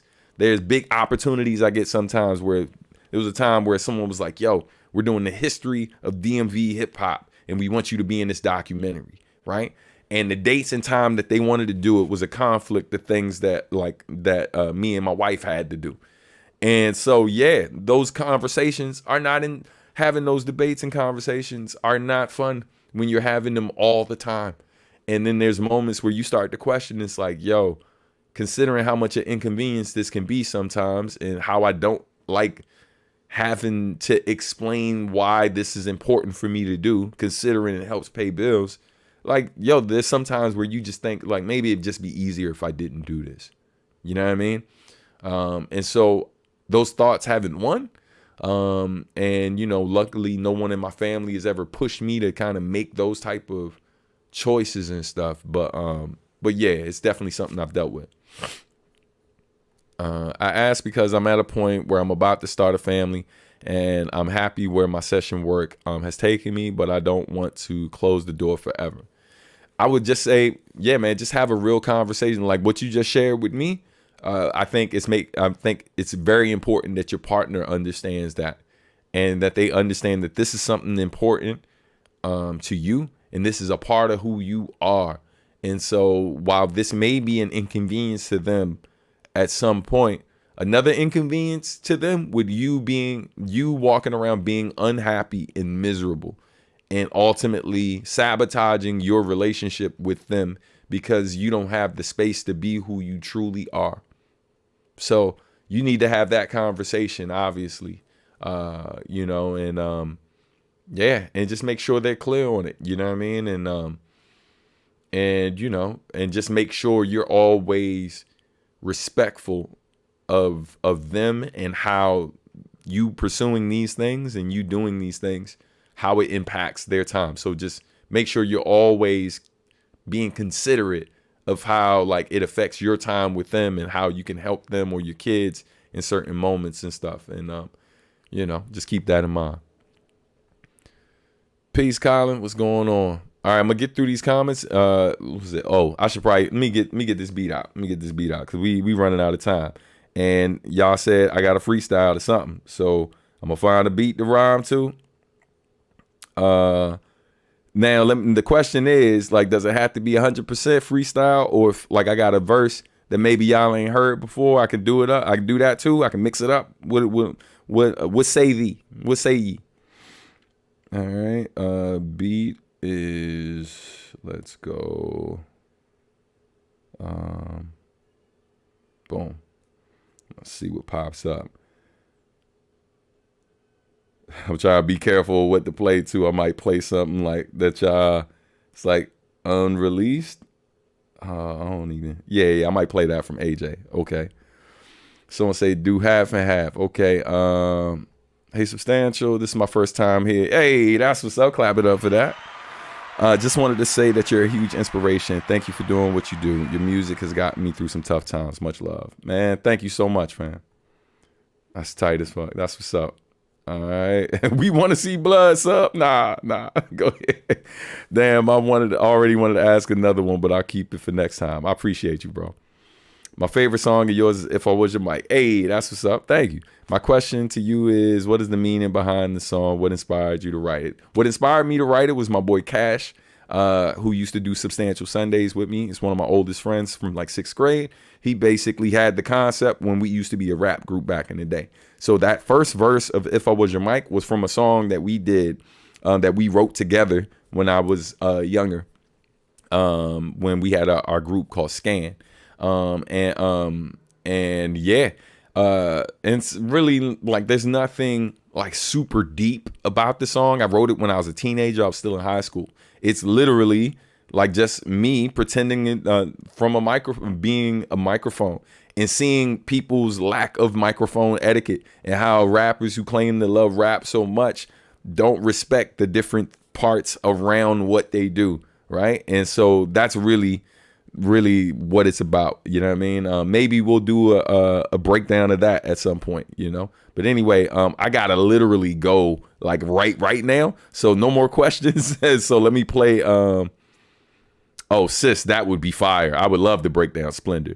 Last joint. I know I'm late, so I'll ask this question next time, but I wanted to donate and say thank you for dropping bars and wisdom. Man, I appreciate that. All right, I'm hitting play on the track, and then we're gonna get into it. Hey, it's gonna be freestyle. So I can't promise you it's going to be amazing. I'm just going to try to have some fun. What I need y'all to do, throw some words in the chat that y'all want me to use. Throw some words in the chat you want me to use, and we'll work them out. This beat is a beat that AJ Rios made. All right. And we're going to go to this. Yeah. Hey. Substantial in the place to be. Chilling in the DMV, you see. Looking for words to pop up in the chat so I can spat a rap or two for you and yours. Maybe get a little bit of applause. Hey, I just pause for the cause, recite rhymes with no flaws. Maybe get little, kick rhymes that's a tad deep, they call them riddles. Just freestyling off the top of the head. Top of the man, they like stands tough. Come off the head like dandruff. Might touch the shoulders, throw rhymes like boulders, crushing all those who are opposers. And keep it going. Got the words in the chat, some said javelin. Throwing rhymes from the abdomen like a javelin. Oh, I meant to say Adam's apple. Don't matter, still battle anyone that try to tattle and telling lies on MCs like these with raw rhyme abilities. No one sees this dude that can't see me. I could've said Stevie, but that's low-hanging fruit. I just kick rhymes off low-banging loops. Heavy in the bottom, like a chick that's holding, with skin that's golden. Something might be the chosen one. I'm just having fun. My man said Diddy, and I'm like, nah, no thank you, no Diddy. He's so silly. Just kick around and hope that they feel me. Go back to the words, you know the style's bananas. Wrap around their heads like bandanas. When kicking rhymes with or without grammar. Drop it like Thor's hammer. Keep going. Next word he got is subjugate. I make another weight for the next bar and just kick a rhymes that's heavier than papermates or paperweights or something. I'm just running out of shit to say. Keep it going. Hey, but I say a little something that might change your perception, and I try to avoid the deception and just catch the bars like interceptions. Keep it going. Looking for another word to say. My man said crayon. Oh, I knew a dude named Crayola. He always was colorful with the verses. So my man said crayon. Yo, their whole style is faker than rayon. But I just get on the mic and stay on all night until the beat over. Keep it going. Looking for another word to say. My man said eclipse. Back in the day, I had a song called Eclipse. I watched and go see crowds say it from the lips and sing along with the things that I'm saying. I'm just playing. My man said Lake Minnetonka. Hey, alright, Pat, people. My man said Lake Minnetonka. Okay. It's a Prince reference, by the way. Yo. Listen, rhyme stronger than Tonka, but no toys. Over here, no boys coming up to test this real man grown shit. Like this. Gotta bathe yourself in Lake Minnetonka if you wanna have rhymes that's this bonkers. And come out with the soul glow like Leroy back in the day and watching the movie, what's that, The Last Dragon. Everybody quiet when Stan's rapping. Got me smacking the mic, pause, no Diddy. Everybody chill and watch him get busy. Alright, time to go. Alright, y'all, there it is. Little freestyle to end the show, man. I hope y'all enjoyed the joint. I hope y'all found it entertaining and all that good stuff. I got to get out of here. I literally got to be somewhere in 20 minutes, and it's exactly a 20-minute drive away. So, man, thank y'all for watching the show. I'll see you soon. Talk to you sooner. Y'all have a great, wonderful weekend. Be sure to vote next week. All right? Y'all take care, man. Peace, y'all. Who made it to the end? Who made it to the end? You made it to the end. Who made it to the end? Who made it to the end? You made it to the end. Yo.